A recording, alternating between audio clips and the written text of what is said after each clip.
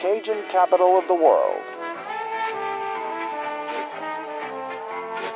I'm the average Lafayette, Louisiana kid. See, I'm back on my...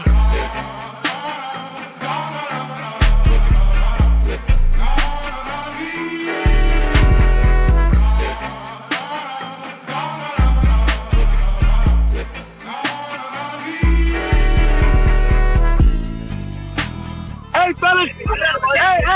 Hey, Brady Review said, congratulations. Say what's up, y'all. Yeah!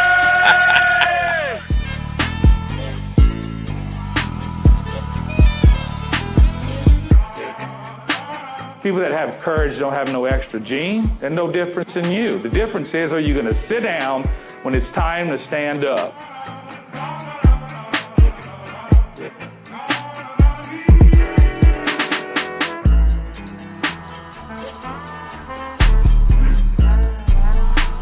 Ladies and gentlemen, the pack is indeed back.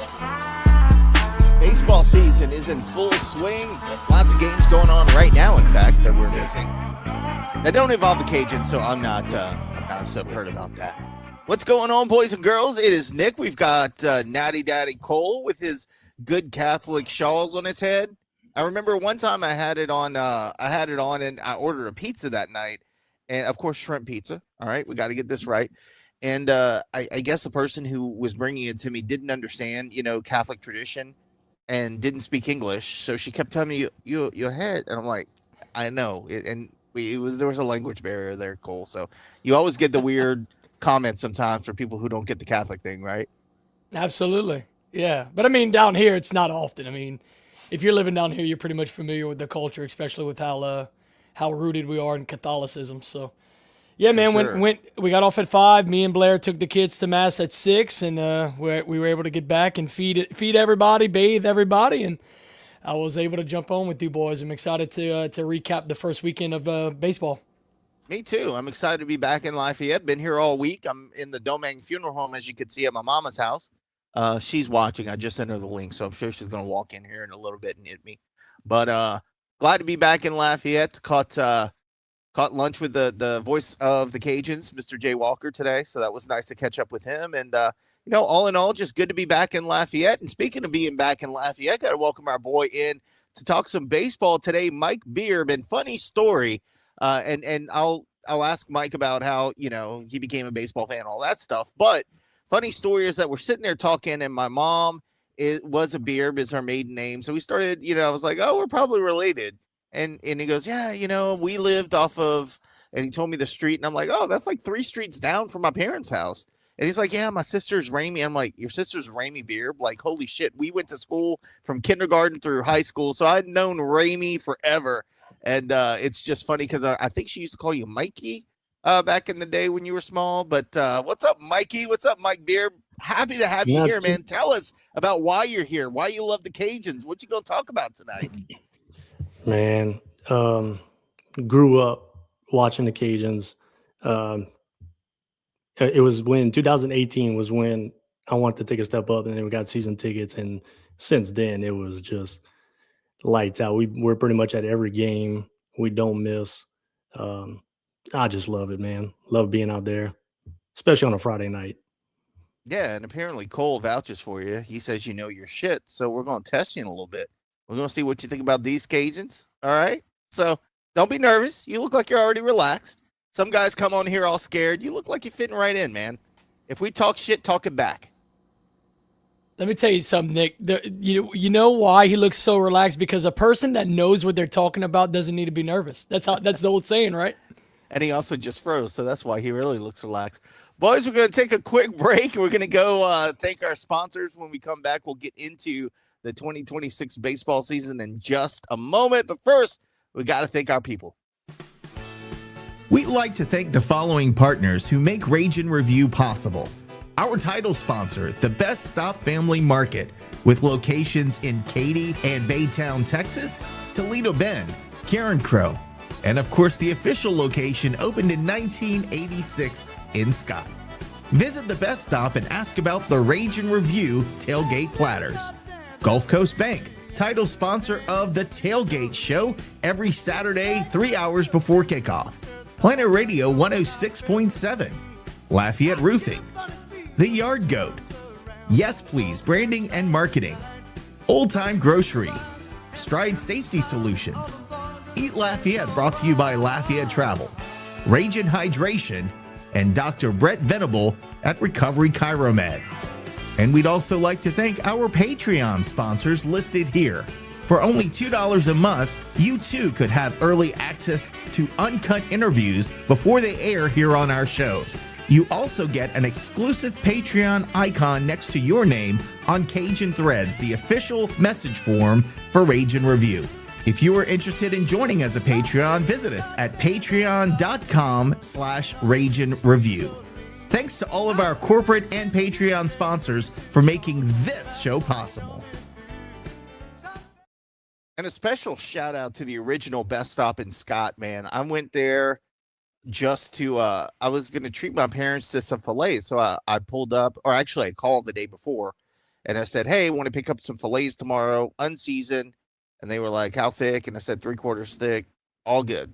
Solid. I show up, dog. And I know I showed y'all some pictures of it, but those steaks look like freaking ribeyes. And those were fillets. They hooked me up, and the price was not bad whatsoever. I was kind of shocked when I went to check out. So shout out to the Best Stop in Scott. Of course, they've got locations in Karen Crow, Toledo Bend, Broussard. I always forget Baytown. Can't forget Baytown in Katy, Texas. And, of course, the OG location. Hooking me up with those sweet, sweet fillets in Scott. All right. I know Mike had some technical difficulties trying to get that sorted out. It's that Scott internet ball. It's that Wi-Fi. He's probably freaking out right now, dude. You want to hear something funny, Nick? He is actually the very direct next door neighbor to Luke Burbank. Friend of the pod. Him and Luke Burbank and Mike Beer are next door neighbors. They basically share a driveway. I tell you what, Luke Burbank can cook a badass gumbo. Yes, he can. And I think he used only the Best Stop stuff. And I got to tell you, man, that was one of the best. Look, Mike's texting me right now. He said, sorry about that, boys. A lost connection. Hey, it's his first show. Said, jump back in when you can, man. Well, speaking of, we were talking about the ashes. That's baptism, because I think it happens to everybody who starts out here. You're going to have some technical difficulties. But let's get into it, Cole. We want to talk about the baseball weekend, and a very interesting weekend. We started out very hopeful against Missouri State. And I think maybe a few of us got a little uncomfortable at the end of the first game. We were down 3-2, I believe, at one point, and then they came back and scored to make it 8-2 in a loss. The relief pitching just really did not look great. When you go back and look at some youngsters like Bryce Wilson came in, I think he pitched. He got one out in the inning, and then kind of snowballed from there, giving up 2 hits, 4 runs. All of them earned, kills the ERA for the weekend just by that. But, 2 walks in the inning. You can't give away freebies to a good Missouri State team. And then Parker Smith came in after him to close it out. We talked earlier with Coach Hawk, and I was interested to see in the first game, Tag Golert, which is someone he talked about. But I was especially looking forward to seeing Caden Bogenpool.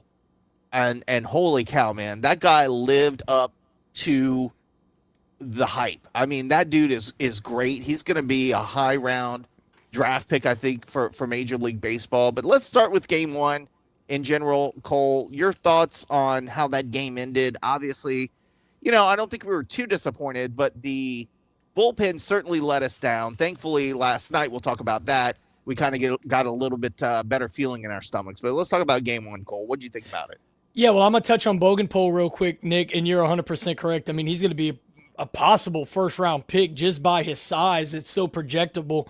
And I when I look at him, I think of Jason Lavalette from Texas A&M. Same size, same position. The dude, light tower power, right? So, they got a stud there. But going to the Cajuns, Ty Roman gets off to a very rough first-inning start. But he was able to find his footing really quickly from the second inning on. And that is going to be the Ty Roman I think we see throughout the season. I could see what Degg sees in him. I could see what Sandifer sees in him.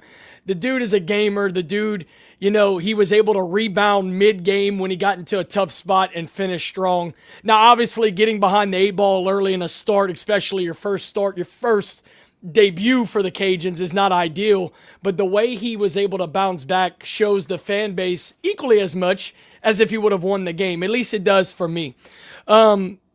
I'll say this, Nick, as far as the offense goes, it's hard to get a win on Friday night when you don't score any runs until the 8th inning. When you're going 7 straight innings scoreless, that's not going to be a recipe for winning many ball games on a Friday night. And I want to say in our notes, and you were probably going to get to it a little bit later, the 5 through 9 hitters in that Friday night game had 0 hits. That can't happen. We only had 4 hits as a team. I want to say we only had 3 against the starting pitcher. His name escapes me. I don't have it in front of me. 3 hits through 7 innings isn't going to cut it. 0 runs through 7 innings isn't going to cut it. And then, like you mentioned, the back end of the bullpen, we were able to get a couple of runs in the 8th, get it to 4-2. But then the back end of the bullpen comes in and they give up another 4 runs after that. And ultimately the game ends at 8-2. Garrett Carter really struggled Friday night. And we'll talk about it in a little bit, was able to rebound, last night. So we got some things to talk about. But Friday night kind of got us behind the 8 ball. It was kind of like, oh man, here we go again moment, trying to rebound from last year. But then Saturday happens, and I'll let you pick up from there. Yeah, that guy Yipschuk, it was his name. He was really good. He was a Friday night starter last year. I thought we had an opportunity with the guy from Missouri whose name is escaping me. Brock Lucas. Brock Lucas came in late in the game. I think we had a few nice swings off of him, but just couldn't get it done. I thought that was an opportunity for it. Mike, welcome back. What are your thoughts on the Friday night game, man? Yeah, to mimic what Cole said, I mean, the first 4 hitters got a base hit, and then it was completely just hitless throughout the rest of the lineup. I thought Ty Roman, to me, I thought he looked really good. But the first inning, which I mean, his first game in that type of atmosphere, that type of crowd, that stadium, gives up 1 run in the first, then gives us 3 shutout innings, and then gives up 1 in the 5th. Completely, I just thought he was really good, really effective on the mound. 3 hits, 2 runs, 2 earned runs, 1 walk, 4 strikeouts. I mean, what more can you ask for a Friday night guy? And then, like Cole said, Garrett gives up, I think it was 2 home runs. Bryce Wilson loads the base, no outs. I think by then it was trickling down anyway. We weren't our bats were just dead towards the end of the game anyway. So the back end, like Cole said, the back end of the bullpen just didn't help, but also our bats were flat. So I mean, what are you opening do, not your ideal Friday night opening weekend, but they woke up the next day though. Yeah, and I was looking for Lee Amadei. I wanted him to have a big night, and he certainly stepped up to the plate on Saturday. Cajuns end up losing that game 13-12. We all know how that happened. Cajuns got off to a hot start, and they were up 5-2 going into the 4th. They scored another couple runs, went up 7-2, and then Missouri State scored in the 7th, but Cajuns came back and scored 3. So you're up by 7 going into the 8th. You're feeling pretty good about yourself. And what does Missouri State do, Cole? All they do is come back. The guys that we mentioned earlier, Bogenpool just did his thing. Tag Golert was a menace yet again. Let's see. When you're looking at Bogenpool, he had 2 hits, 2 RBI, 3 walks. I mean, he's a very disciplined hitter, and I think that gets overlooked, where he can hit the ball and he hits with power, but also he made an outstanding play on Friday night. I think it was Friday night where he made the catch, kind of turned around in center field and took extra bases away from Lee. He's an outstanding defensive player. He's very disciplined at the plate. You got to give him credit there. But the bats were going, man. You felt pretty good when you looked at what Mandino was doing, what Rodriguez was doing. Rodriguez he's going to be really, really good. And I know we kind of poo-pooed on Deggs for his comments comparing him to Trahan and Debo, but I think he's going to be really, really good this season. Spalita, I'm going to get his name right one day and not trip over it, but Spalita did a really good job as well. I think he's going to be a really good hitter for us. And I think the part about this game that really pissed me off more than us blowing a 7-run lead is the fact that Andrew Herman came out and he struggled, but he got out of it. I mean, you have to remember he had, I think, runners, bases loaded, nobody out, and he gave up a couple of runs, but he worked out of that jam. You felt like he deserved to get the win. And then, he got into a situation where he didn't even factor into a win or loss in that game because we blew the lead late. So, Cole, I gave my thoughts after the game on emergency. Not really a pod, just my thoughts because I was pissed. Tell me a little bit about your thoughts on that debacle because that was not pretty. And it kind of, it had us questioning, is this just going to be another season like we've seen the last two? Yeah, so I'm going to start with Herman because you're right. I mean, you could arguably say out of all the weekend starts, Herman might have been the most impressive, especially with him overcoming his late season injuries that he had last year. I mean, when you look at Herman's line, 5 innings pitched, 3.6 ERA, 2 hits allowed, 2 earned runs, 5 walks, and 6 strikeouts. If you cut down the walks a little bit, that's a pretty damn good outing for your first, your debut outing of the season. 10 runs should get you a win at home every single ball game. I don't care if you're playing Friday, Saturday, Sunday, or midweek. If you can get me 10 runs at home, you should be able to win the ball game. Especially when you're up 10-3 in the 8th. I don't want to beat on it too much. I know a lot of people had a lot of feelings, as did I. Bottom line is, it is baseball. Baseball's a weird game, but you can't give up 7 runs in 2 innings at home. You can't do it. I felt like we left relievers in too long, Pappenbrock mainly. Pappenbrock he got the first out of his debut, and then he got shelled after that. And it felt like we just left him out to dry. He ended up giving 5 runs ultimately, letting them have all the momentum and cutting the lead. And by then, it was kind of too late. It just kind of snowballed from there. Ultimately lose 13-12. You scored 12 and lost. That's tough because, like I said, Herman was really good on the mound. The offense was really good. This was the offense we were expecting to have going into this season. That was the offense we were expecting to have as early as Friday night. Now, Yepchuk was a quality pitcher and gave us some fits, but all in all, Saturday was one of those games where you're going to look back at the end of the season, good or bad, and say, man, that is probably the biggest what-if game of the year, no matter how it plays out. And that's a game that I'm not going to forget for a long time because the fashion that we blew it is pretty historical when you think about it. It definitely was. And one of the comments I made was back in 2001, after we come back from finishing 3rd in the College World Series, we have to qualify for a tournament, and we need to do that in the last game of the season, regular season, against New Mexico State. And their ballpark plays like a softball park, so you never know if the next, fly ball is going to be a home run. And for sure, last pitch of the game was hit for a homer to seal the deal for New Mexico State. We didn't even qualify for our own conference tournament that we hosted. That was the last time I was this frustrated in a baseball game. I think it goes back to then. But do you think we got a little too caught up in our feels for game 2 of the season? Because I know a lot of people were really, really angry, and I was angry too, but it tempered it a little bit the next day and, of course, last night. But do you think we got too much into our feels just being 2 games into the season? Or do you feel like last season, the way things went and the things we were promised and never received, the bitching about it was valid? I don't know how I feel about that quite yet. Let me just put it this way.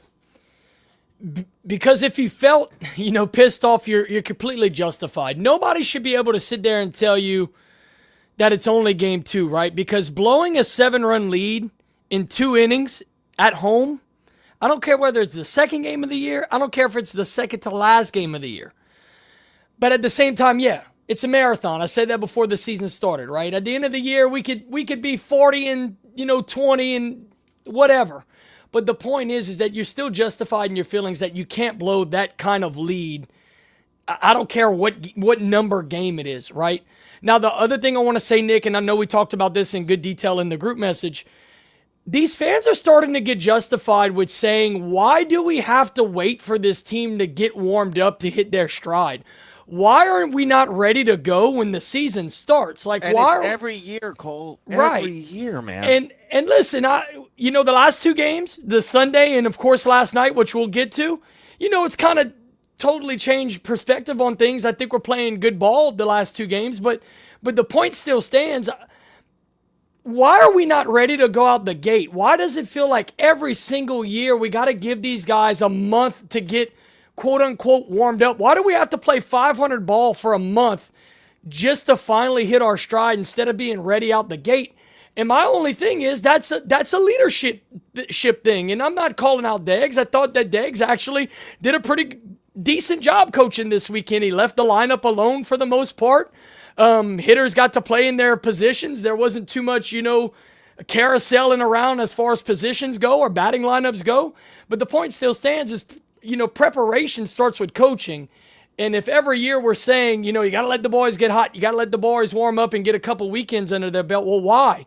Because we see teams around the country come out and, and they're ready to go from the first pitch.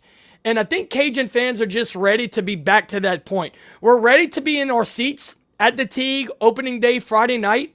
And in that first pitch, we're driving balls. We're going gap to gap. We're playing baseball. I think we're kind of fatigued on that whole conversation of give them time, give them time, give them time. We're ready to just play ball out the gate. I will say Missouri State didn't need time.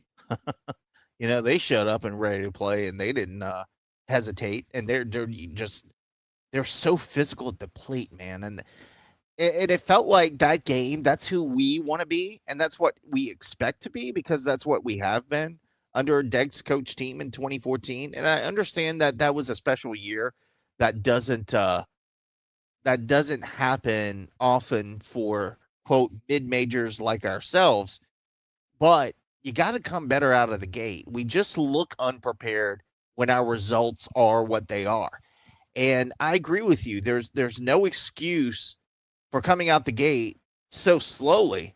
And by the way, I want to ask you the question about the post-game comments where he said, I like what I saw. I liked everything about what I saw today. The Pack they really showed the Pack mentality. And I'm thinking, we just blew an 8-run lead, bro. Like, what are you talking about? How can you like everything that you saw today? Your thoughts on that? Did I get too pissed off about that? Because I was pretty mad. The only way I can spin that is that Deggs is an offensive coach. And of course, we scored 12, right? So maybe the only way I can spin it is maybe in his talking about the Pack, he was specifically talking about the offense. And I don't mean to deep dive into his comments too far, but that's the only way I can spin it into a positive, is maybe he was more specifically talking about the offense, because clearly he could not have been happy with the pitching staff, especially the back end of the pitching staff. Now, could you be thrilled with what you saw out of Herman? Absolutely. Other than the 5 walks, I want him to kind of lower that number a little bit as a starting pitcher. But as I mentioned, he only gave up 2 hits and he struck out 6. And the Andrew Herman we know, the guy that throws a lot of off speed and he's a soft toss and, sits between, 87 to 89. If you can get that kind of guy striking out 6 on his starts, man, you're going to have some good weekend series. So, yeah, there were some positives. I was happy with what I saw from the offense. I was happy with what I saw from Herman. But the way that the bullpen completely imploded kind of negated all of that. I don't want to say negated all of that. Kind of put a big old damper on that, and just he could have worded his post game a little bit better, right? Because in the moment, we're all pissed off. We're all thinking this can't happen. Oh, no, not again. And you come out in your sunshine pumping. I'm not saying you got to tell the fans what they want to hear, but you got to be a little bit more realistic. I wanted to hear his actual thoughts, like, say, be a little harsh on your bullpen. Like, come out and tell the fans, hey, this is what I plan on telling them in the locker room. This is like, hey, boys, this cannot happen again. What do I need to tell them for this not to happen again? Like, be real with the fans. Don't just come out on the mic and say, yeah, I really like what I saw today. That was Wolfpack baseball. You could have been a little bit more specific and kind of shared our sympathies with how things unfolded later in that ballgame. So that's, like I said, Nick, he's an offensive coach, and that's kind of the only way I can spin it. And then on Sunday, obviously, things went the Cajuns' way, and I fully expected us to win that Sunday game. I didn't think that there was any way we're going to let Missouri State get out of that with a sweep. I think the Cajuns have too much talent on the team, and I think they have a little bit more attitude than we had last year. And I thought J.R. Tillett, had a rough first inning, gave up 3 runs in the first, but the bats came alive for Louisiana. We tied it, the very next chance we could at the bottom of the first inning, came back and scored runs in the second, the fourth, and the fifth. And by that time, we felt like we were kind of in a good spot at that point because we were up 9-5. They did come back and score a couple more runs to make it 9-7, but it was a different feeling. You never really felt. I mean, the bullpen did a much better job in Game 3. And while we have Mike here, because I do want to get Mike's comments, he looks a little pissed off. But Mike, give us your thoughts on Game 2 and Game 3. Obviously, we liked what we saw out of the bullpen on Game 3. We liked what we saw with the bats in both games. Just talk to me a little bit about the last two games of the series. Yeah, Game 2 was very hard to watch after. Well, we got up 10-3. I'm getting comfortable, and then next thing you know, I'm looking into Sunday. I'm like, I'm ready to take the series, and then it just completely just crumbled and went downhill from the 7th to the 11th. The last 4 innings, we gave up 10 runs. But the thing that struck out, like we struck out 12 times that game. We also put up 15 hits, 12 runs. I mean, we finally were hitting the ball. It was starting to wake up, and then the back end of the bullpen hurt us. I thought Herm just threw lights out Saturday. He did really well. He kept them off guard, off speed, keeping them just getting them swinging out the zone. And then I think everybody in the lineup had at least one hit. Like it was starting to get contagious. We were bunting, we suicide squeeze. Everything started spiraling for them. We started doing extremely well, and then the back end just not good. I mean, that's not what you want opening weekend. But they redeemed themselves the next 2 games, especially last night. Going into Game 3, JR, I mean, first inning, jitters, then gives us 3 solid innings after that, gives up 2 in the 5th. We start hitting the ball, 7 hits.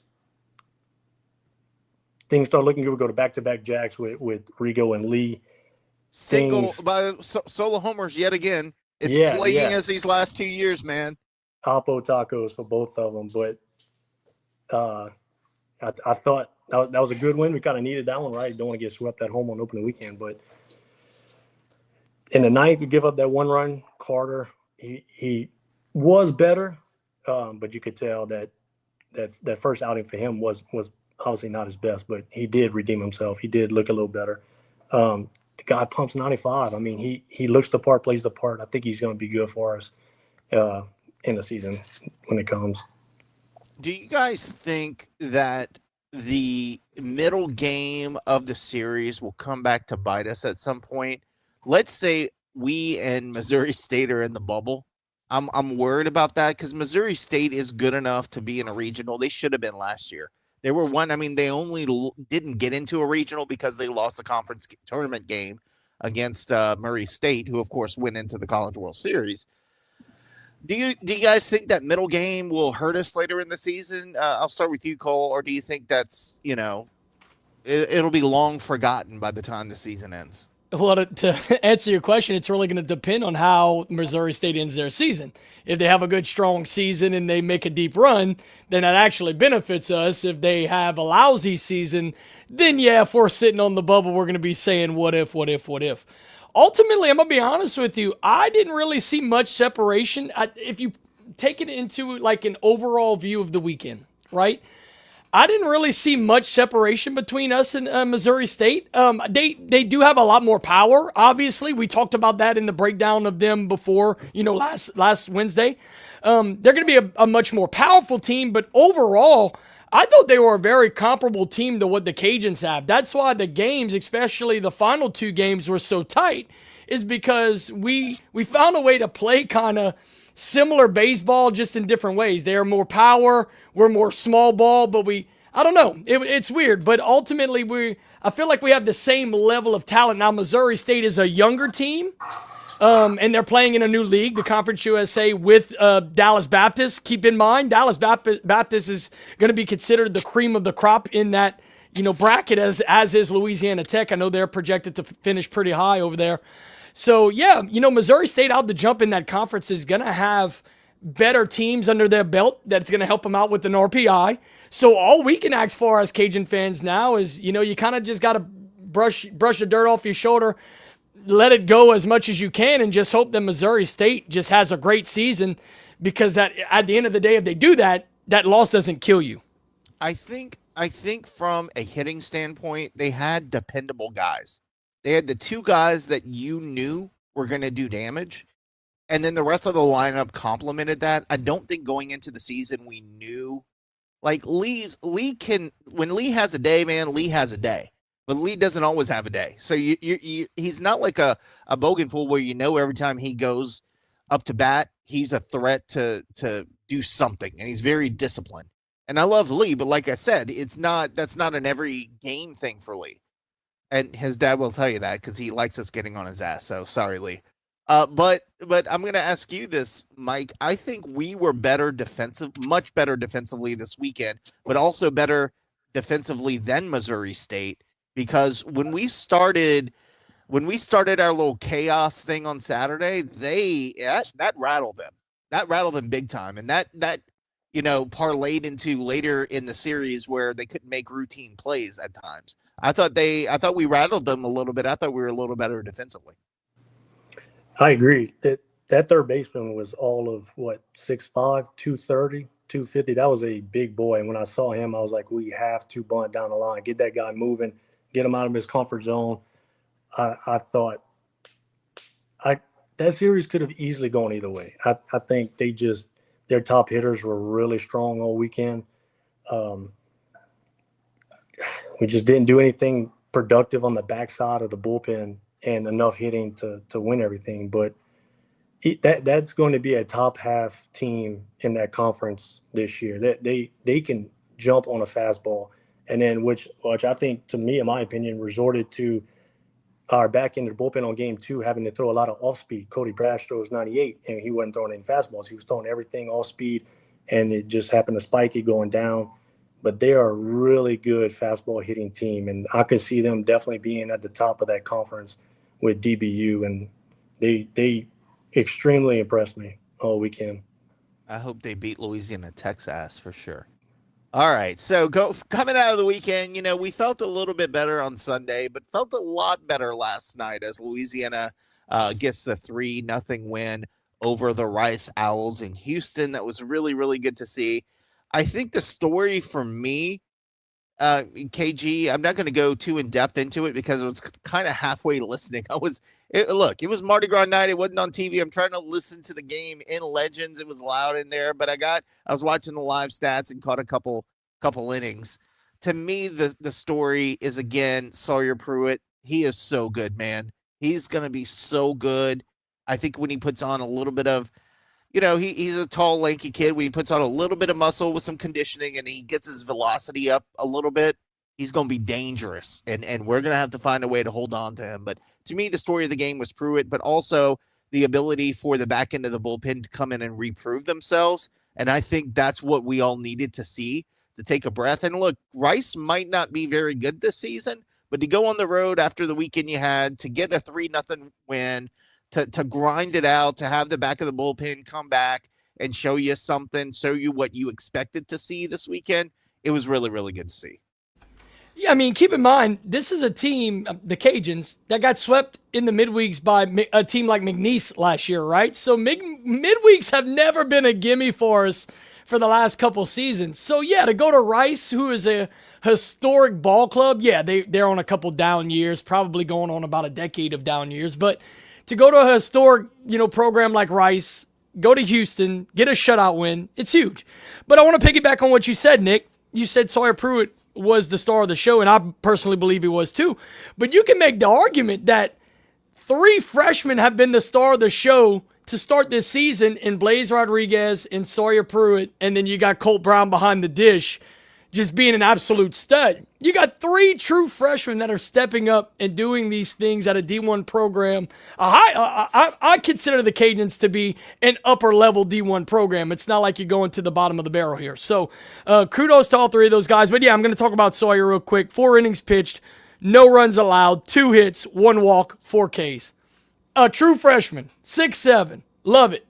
I mean, dude, you solidified yourself as the midweek starter, and I said this in the breakdown show before the season started. I expect him at a minimum to be a Sunday guy for us by the end of this season, if not better than that. He's just that good. He is that good physically. He's got the tools. I think it's just going to boil down to, can he continue to pound the strike zone and pick his spots? And not let the moment get too big for him, because he is a freshman. We have to see what he's made of, because as of now, he's never had to come in and pitch when things got tight. Every time he's been in the game, he's pretty much shoved and got out clean. So we're going to have to see how he acts when he does get into tighter situations. But as of now, his first 2 appearances, I mean, boys, I'm going to say this. Out of all the qualified pitchers, he leads the team in ERA. You want to know what it is? 0. He is the only qualified pitcher on our roster right now with a 0 ERA through 6-inning pitch, which, by the way, also leads the team. So, yes, Sawyer Pruitt, clapping for you, buddy. Keep it up. Hell of a job last night. I feel bad, and this is totally off topic before I go to you, Mike, but I feel bad because I had texted Simo's mom and said, hey, last time I didn't bid on this jersey. Can I bid on this one? Because I don't want to. Oh, yeah, you're good. We're not bidding. Okay. So I go to put, I think the bid was at $550, so I was going to bid $575. So I bid $575. I click enter, and then it says you just bid on Sawyer Pruitt's jersey. And I look at the bid history, and his dad Jeff's last bid was $425. So I jacked up the bid from $425 to $575. So his dad ended up sniping me at the end for $600. And he's like, you owe me $200. And I'm like, dude, I'm so sorry. Like, I had to explain to him. I'm like, dude, like, I want Pruitt's jersey. Like, I want a jersey by the end of his career here. But yeah. Not only are you calling his son Spencer every other time you talk about him. Yeah, it's Sawyer. Yeah. Damn it. It's like him and Tyler and Taylor, bro. Like, I think I have Tourette's, but like for names, or not Tourette's. Maybe it's dementia. I don't know what I got. I got so much shit I'm on medicine for. Anyway, Mike, let's talk about the game last night. Just overall a good showing, and look, we didn't hit the ball all over the field, but I mean, Marco had a nice bomb. And by the way, KG, who got that video? Was that Jerry that got the video of the bomb? No, our friend BJ Johnson. Actually sent that to us, but BJ wasn't there, so I think he got it from a friend, and then we got permission from BJ to share it on our social media. So a friend of a friend, okay, a friend of a friend, thank you, BJ. A friend of Section A, Section A, whoever that was. Thank y'all very much. But look, six hits, 3 runs midweek. You see something out of your bullpen, you shut out the other team on the road in Houston. I'm happy with it. I don't care if they're going to be a winless team this season. That wasn't a gimme game for us last season, and I think we just saw a lot of positives going out of the Rice game. I agree. What an outing by Sawyer Pruitt, especially when we needed last night's win. And he looked phenomenal. 4 innings, 4 strikeouts, 2 hits, 1 walk, which impressive as a freshman to do that. 2 outings this year, he has been just lights out. And if our starting 3 can pitch the way they pitch this weekend, and then you get Sawyer to come in on a midweek game, a 4-man rotation, that could be extremely dangerous if we can just get our hitting to follow up with that. But the freshmen, to me, in my opinion, are outperforming the veterans right now. They get the 2 guys leading in the batting average, Colt and Blaze, and then you got Sawyer leading the team with ERA. So these freshmen, and then if you get Noah Lewis swinging the bat, he's phenomenal in outfield. The speed we have. The freshmen are showing up right now, and it's very, very impressive right now. And then for all the closers to come in last night, really redeem themselves. I mean, complete shutout from start to finish. We absolutely needed that going into this weekend just to give momentum, the confidence. Cody Brash, he faced 3 batters, struck out 3 batters. And I was really excited for him because he really needed that from his first outing. Like, you get a guy pumping 98, 3 up, 3 down. This guy could be dangerous in the conference. But overall, last night is exactly what we needed going into this weekend. The freshman, I just can't get over the freshman. And I think Deggs is going to have a hard time deciding what he's going to do with Steven Spaletta, Colt Brown, and Jose. That's what I was about to say. Jose, D1 baseball had Jose, 39th?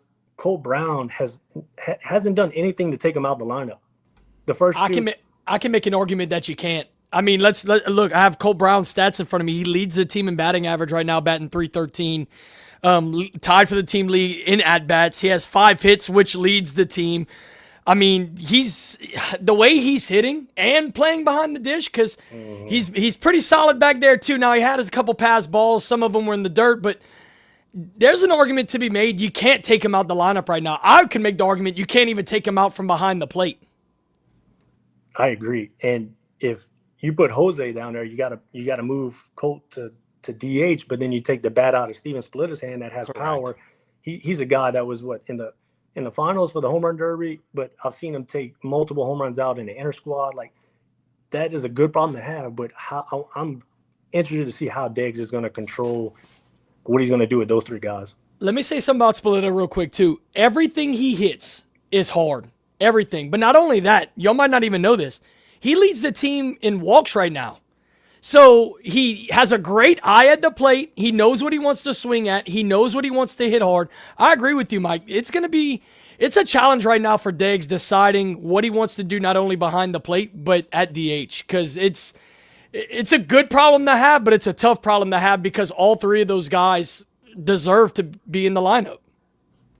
Well, whatever he does, we're going to bitch about. But I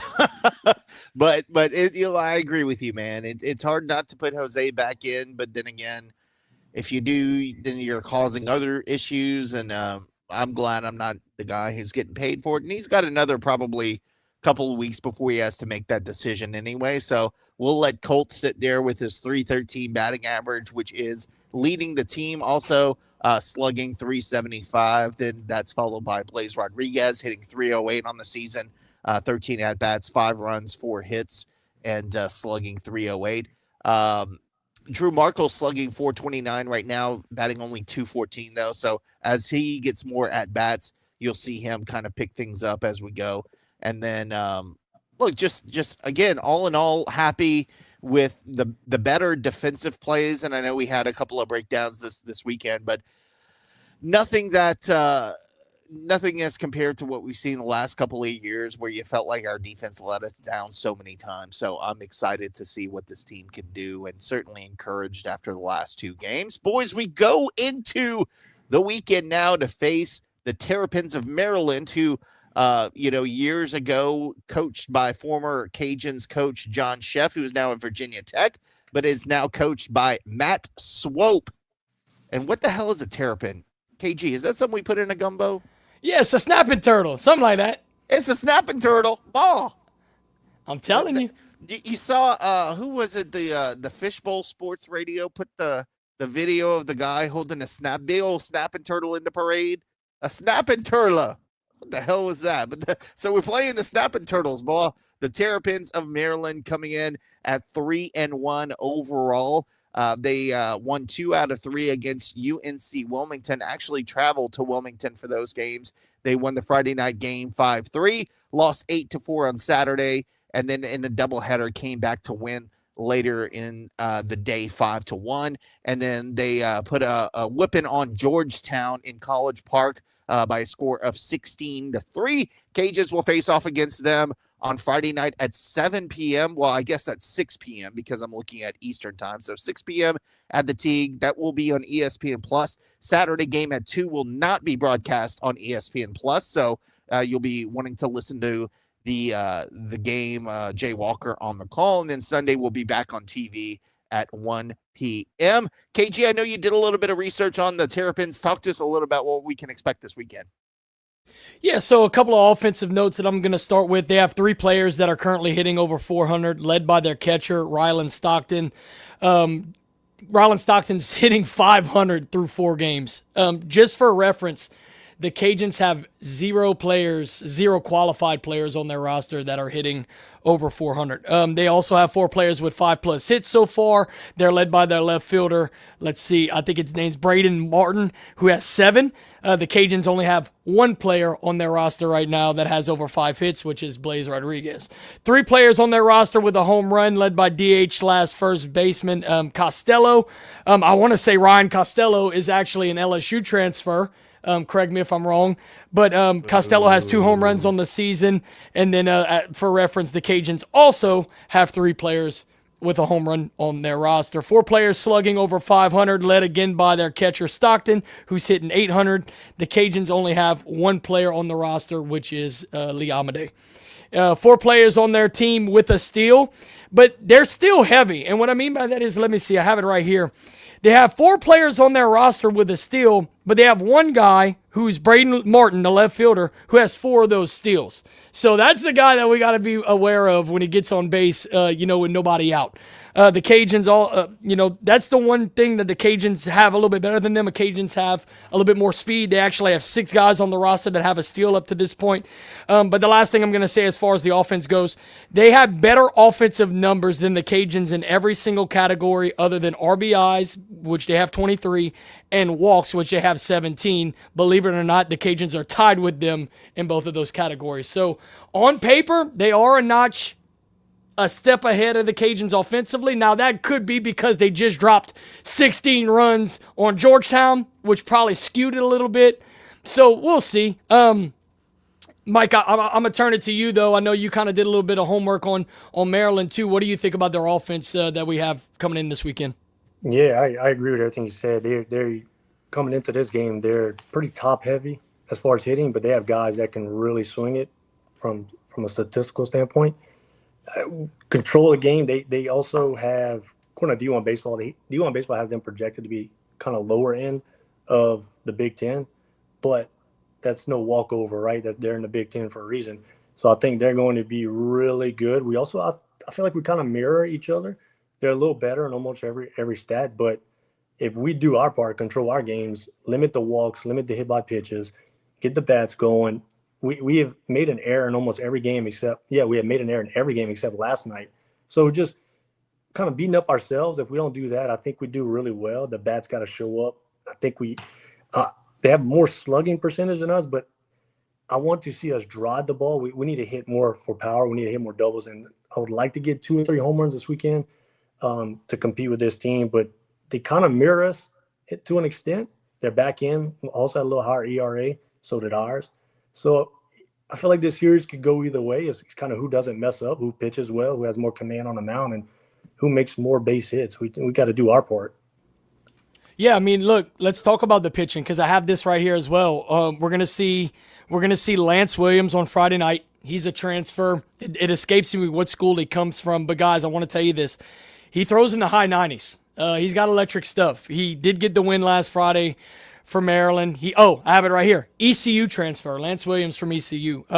Look at his line last Friday. 5 innings pitched, 4 hits, given up, 1 earned run, 2 walks, 6 Ks versus Wilmington. So you got a guy that's going to give you trouble Friday night. The good news is if he is fastball heavy, I like what I've seen from us so far with, putting the ball in play and making contact. Now, our strikeout numbers are a little high. I feel like we've done better with that the last 2 games than the first 2 games, obviously. But I'm going to keep going. So we're going to see Saturday, Nick Morlang. He got the loss last Saturday for Maryland. He has a 3 ERA. And then on Sunday, you'll see Jake Yeager. He had a no decision on Sunday against Wilmington, and he has a 2.25 ERA. A couple of notes. They only have 3 returning pitchers on last year's roster with a sub-7 ERA. So their pitching staff is the biggest question mark of their ball club. But early on, at least against Wilmington and Georgetown, they seem like they're doing pretty well. They also have 4 pitchers currently with a sub-3 ERA. And just for reference, the Cajuns only have 1, which is Sawyer Pruitt with a 0 ERA. I want to say a couple of stats right here because I like to put them side by side and compare. I'm going to run through them real quick, and then I'm going to throw it back to you, Mike, and give me kind of your thoughts on the pitching staff. But listen, I mean, ERA. Terrapins are coming in with a 3.86 ERA. For comparison, the Cajuns are at 6.39. Not great. Almost double. WHIP. Terps have a 1.34. Cajuns are sitting at 1.5. Hits allowed. Maryland's given up 30 to this point. The Cajuns have given up 38. Earned runs allowed. Maryland's given up 15. The Cajuns almost double that at 27. Walks allowed, pretty much even. Maryland's at 17. The Cajuns are at 19. Strikeouts, this is where I think we have the leg up. Strikeouts, Maryland's got 37. The Cajuns are sitting at 45. Home runs allowed, Maryland's only given up 1. And then the Cajuns have given up 6 to this point. We got to get that number down. And then lastly, batting average against. Maryland has a .242 batting average against, and the Cajuns are sitting at .257. So that's a couple of comparison stats for you as far as the bullpens go. But yeah, Mike, tell me what you're kind of thinking as far as what the arms that we're going to see from Maryland. I agree. The Williams guy, they're projected to be a top pitcher in the Big Ten this year. So we're definitely going to see a really good arm, a plus arm Friday night. And that's exactly where it all starts. Like Cole said, they got some big transfers. They got 4 big transfers: ECU, LSU, Wake Forest, and Virginia. So they got some guys that could play some ball. Their 3-man rotation will be really good, I think, in my opinion. And that's basically where I think it's all going to start on the mound. Who can, get more accuracy, more shrink that zone, and have more command on that mound. I think it might be a little pitching duel. I think we kind of mirror each other, but definitely going to start on the mound. Can we get a chant going this weekend, KG, when Costello comes up to bat? I'd say T-Sab reject, but I don't think he'll know what that means. But we can go LSU reject for him, right? I think we could get that going for Costello. Anything you want, Nick. Your wish is my command, brother. I would do it if I could be there. Doug's going to do it. Doug will do anything. He's like Mikey. The kid in the kicks. Give it to Mikey. He'll try anything. Back in the 80s when they had Mikey would eat anything. Our boy Doug will do anything. Well, I'll tell you this. So, Section A is right behind that first base dugout, and we give the players before the game and in the middle of innings a pretty good ribbon. So did y'all give Hawk some shit during the game? Oh, yeah. Yeah. No, trust me. The Missouri State players got really tired of Section A real quick. I'm not going to say we were in full force this weekend. We were pretty light out there. But the people that did show up, and you can ask Mike, were the people that normally do the majority of the shit talk. So, the heavy hitters were out there. And I could tell real quick by Sunday, those Missouri State players were tired of us. That's funny. They weren't tired of the cooking club, though. I know they got fed really well. I'd love to hear. I want to go back and listen to Coach Hawk's press conference this week to see what they said about, if they made any comments about it. But I agree with Josh. Mike, you got your technical difficulties figured out. You sound good. You sound very clear, man. You think you might be interested in doing this for the rest of the season? I am, man. I'm all in with UL baseball, man. I'm all in. All right, brother. Well, we enjoyed having you on, man. We will have you on as much as you give us time. We'd love to have you back. So we'll talk next week more baseball. How's that sound? Sounds good. I really appreciate y'all having me. And tell your mama and Raymond I said what's up. I will do. And I don't know Murray that well, but you can tell her I said what's up too. Will do. All right, and listen, have a good one, brother. If you're looking for Mike, look right behind the backstop in the grandstand. He's sitting right by that Audi sign, right he got down them expensive seats. Oh yeah, Mike. Hey, he's right behind every pitch, baby. He don't let the umpire breathe back there. 109 Road 2. Love it. You might regret saying that. Yeah. Thanks again, Mike. We'll talk to you next week, brother. All right. Appreciate it. All right. See ya. All right, man. That was a great idea, KG. I'm glad you brought Mike on. Like I said, it was funny how we started talking, and it's small world, bro. Small world in Scompton, Scott, Louisiana. Special place, baby. Oh, dude, I've been knowing Mike for a long time, man. And when he fits the mold of a diehard Cajun fan, that dude, every time we get together, like I said, he's next door neighbors with Luke Burbank, and we're always at Luke's house cooking something. He comes over, and even if it's in the middle of football season, we find a way to start talking about Cajuns baseball. That dude is a diehard to the max. And he is just a wealth of knowledge. He really dives into his homework as, I do. He's a nerd. He's a nerd of the game. So, no, I think Mike's going to be a great addition to the show, and he's going to give an insight on this team that maybe I miss or that we miss. And I think he's going to be a great addition for Rage and Review. Speaking of great addition to Rage and Review, our boy RC and the Talks of Basketball. I stayed out there probably till about midnight last night, man. RC and I went on a deep dive on everything going around Scott, Louisiana. It got deep, in fact. I was going to actually do the show from his backyard with him tonight, but then I realized I got him the Yeti mic that plugs in USB, so I can't plug it into the board, and then we get feedback, and I'm like, shit. So we're going to plan this better next time when I come into town. I'll go to RC's. I'll bring him another mic. We'll get it all set up. But RC, what's up, man? It's good to see you again. Yeah, you too.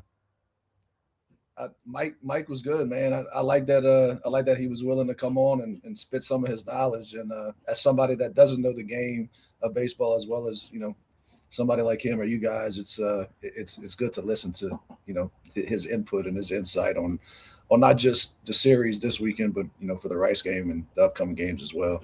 I think that's how KG and I feel about basketball, because I don't know shit about basketball. I know you throw the ball and you try to get it in the hoop.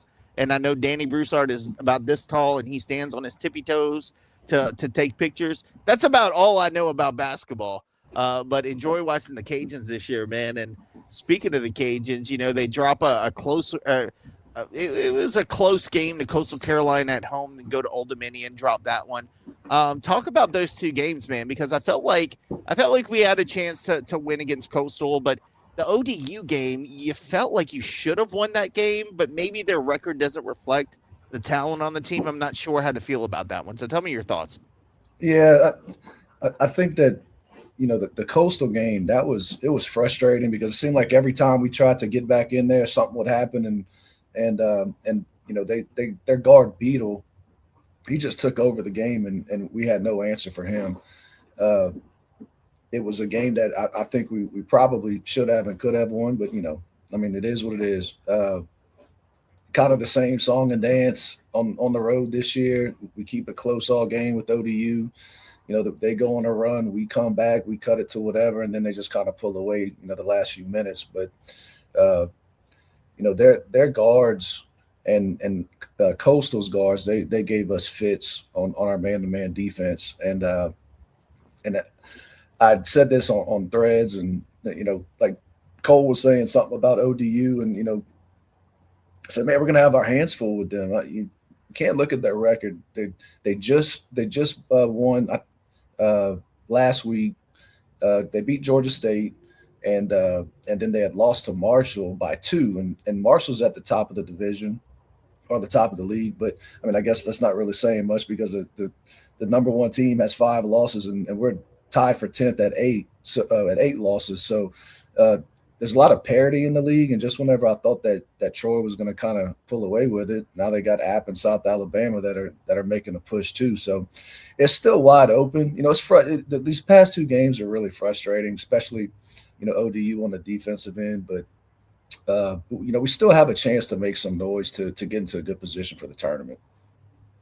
I think what's going to be key is this next game tomorrow night against Arkansas State, and they scare me, man. Arkansas State is sneaky good.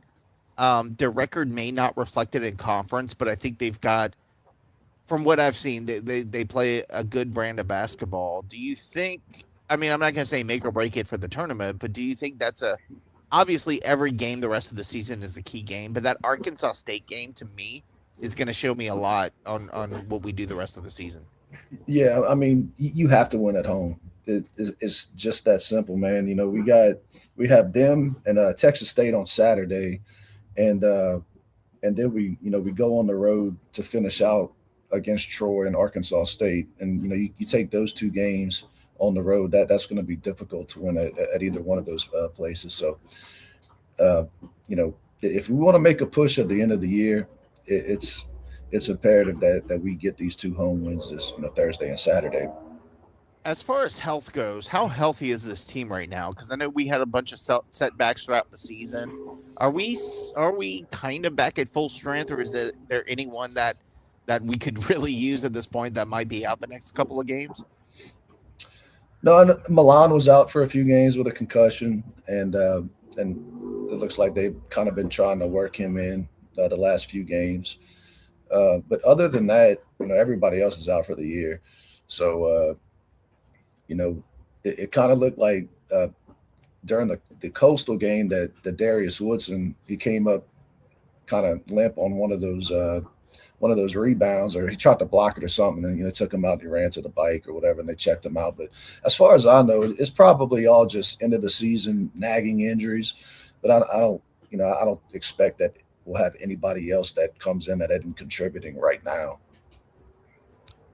And I feel like that we let that Coastal game get away from us. I feel like that could have Helped us out a lot had we pulled it out, KJ. I was coming back to that too, man, because since that 4-game stretch where we, especially since the Central Michigan game at home, watching that Coastal game, especially early on, it was so frustrating because we were just missing so many shots right at the basket, especially very early in that game. And it's one of those things that at the end of the game, when it was, a 2-point game, it was what if. Like, that was in my head. I was like, what if you would have executed a little bit better and got those shots to fall? So, Coastal gave us really plenty of chances to win that ball game, and I just think that it completely got away from us, whether it was a turnover or, whatever it may be, a bad shot selection. I know sometimes we were within 2 and we would take a bad shot and give the ball right back. It felt like we could never tie the game back up, especially later in the second half. We were always right there.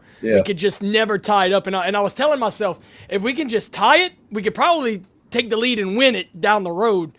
But we just couldn't even tie it. It was just very frustrating to watch. One of the most frustrating games I watched all year, honestly. Yeah, we had some errant passes whenever it was down to 2, and then we missed some key free throws. I think the front end of a couple 1-and-1s, and it's like you said, it seemed like every time we got it down to 2, we couldn't get over that hump. So that was really frustrating. Now look, it was a very fun game to watch in the stands because this was the first time, probably since the first game of the year, that the crowd was into it for a good 4 or 5 minute stretch.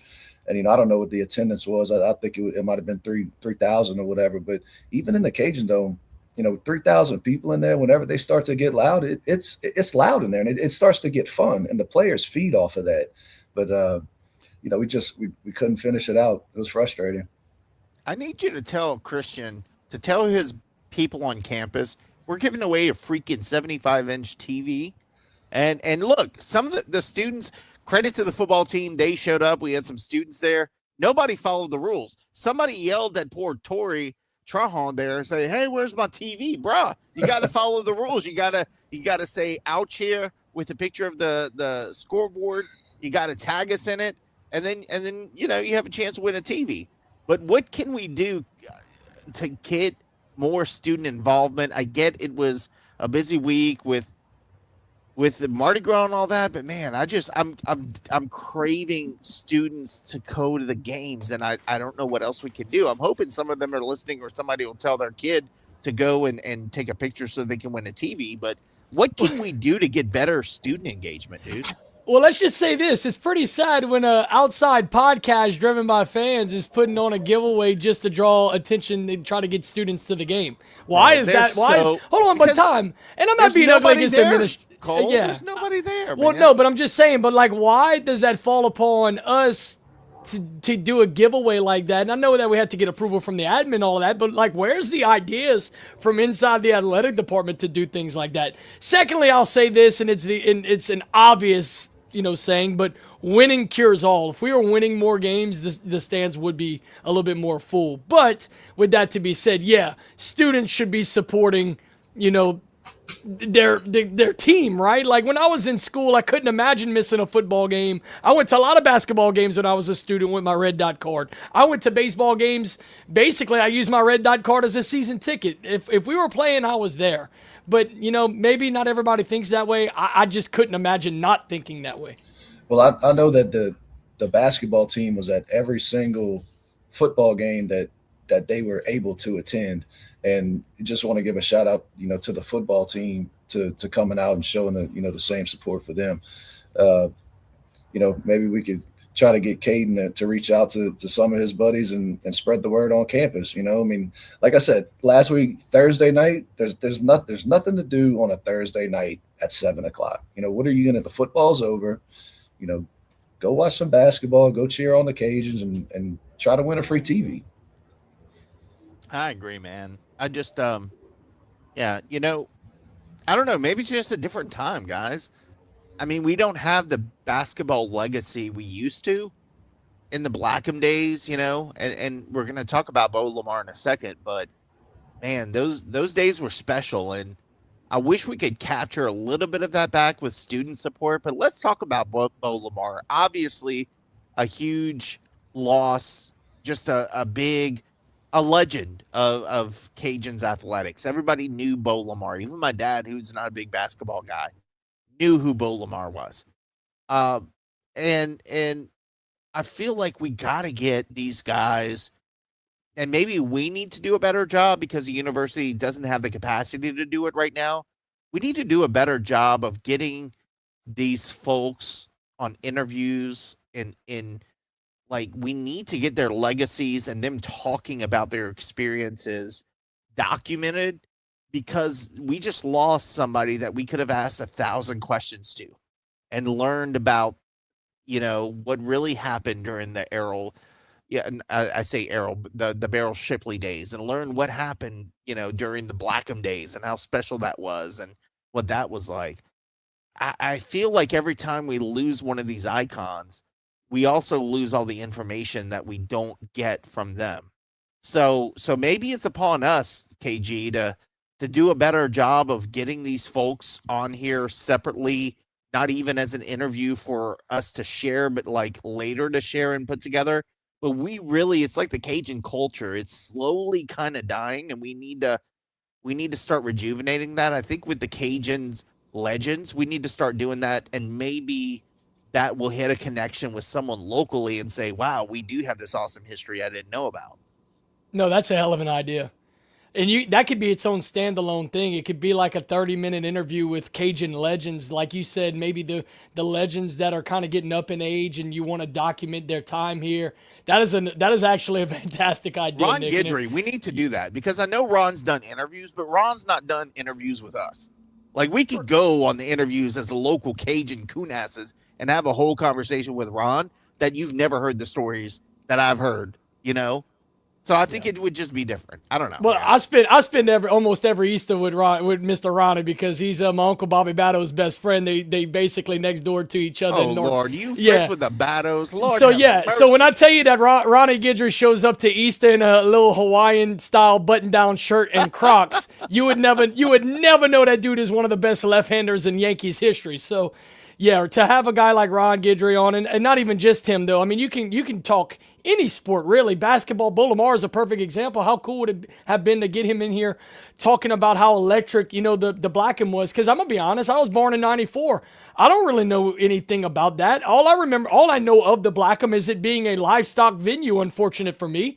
It's kind of like the same with the Astrodome. I'm a big Astros fan. My biggest regret in life is not being old enough to be able to go to an Astros game back when it was electric in the Astrodome, when it was the seventh wonder of the world. It's kind of the same thing on a lower scale. So, but yeah, man, to get those stories from legends in basketball, legends in baseball, legends in football and softball even. Now, we're blessed to have Yvette Gerard. Legends, KG, Oh, go ahead. I got a legend right here. Let's say hi to Thelma. Miss Thelma.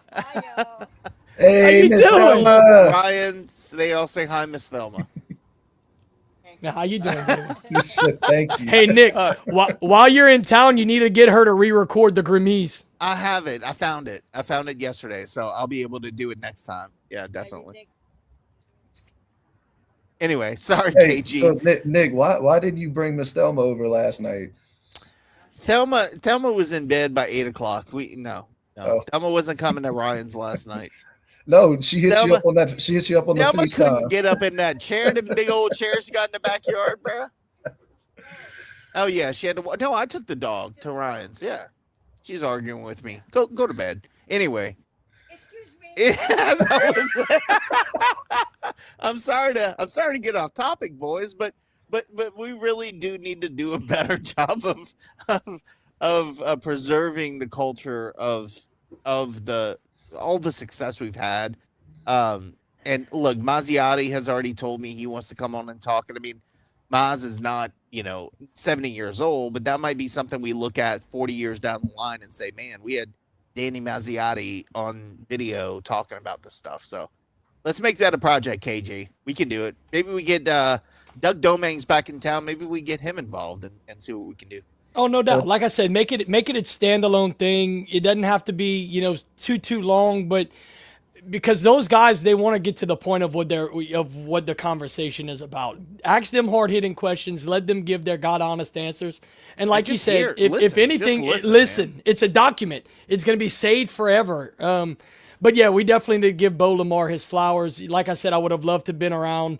Or I would have loved to have been alive in his time. I hear all the stories, especially after his passing, of people on Facebook, mostly from the Scotty area that I follow, the older crowd.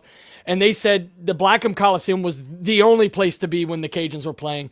And they said you were shoulder to shoulder with people who you may or may not have known. It was the hottest building in the world because there was no, air conditioning. They said you had to kind of walk downstairs just to get a breath of fresh air every now and then because that's how suffocating it was in there. And it was just one of the hardest places at the time to win in all of college basketball. And like I said, that's one of my biggest regrets. I wish I could have been alive in that era because to think of the Blackham in that way it gives me chills to think about that we had something in Lafayette that was that special. Gives me chills to know you were born in '94 when I was like in high school. Like this kid, this freaking kid over here. RC, you gonna help us with our project? Yeah, and I'll do whatever I can to be able to get these these legends that have kind of gone by the wayside and that really deserve appreciation. And speaking of Bo, it's sad that it comes to this for everybody. You go on the Lafayette Memories page and there's hundreds of comments about this guy, and it's like this man shouldn't be forgotten. And he was here at a time where the black basketball player wasn't accepted, and so Barrel and the boys they took a lot of grief and they took a lot of crap for starting that. I watched a little bit of that. Speaking of Doug, he had started that Lights Out and Blackham thing. Man, I wish that never got finished, that, bro. Yeah. You could go and Google it and just watch the 6 minute. He was doing an interview and he had some old school interviews with a couple of the guys that were on the team.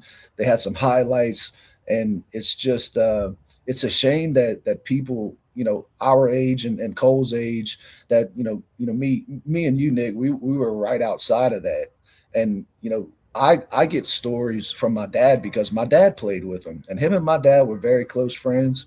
And my dad was telling me some stories about him after we talked the morning that we found out that he passed away. A couple of stories I can't tell on air, but one of them, he was always, I had the privilege of meeting Bo a few times. And whenever I was a little kid, my dad was holding me, and I asked him, can we go talk to Mr. Bo? So we went over there, and he said, I asked him if my dad was a good basketball player. And Bo said, absolutely.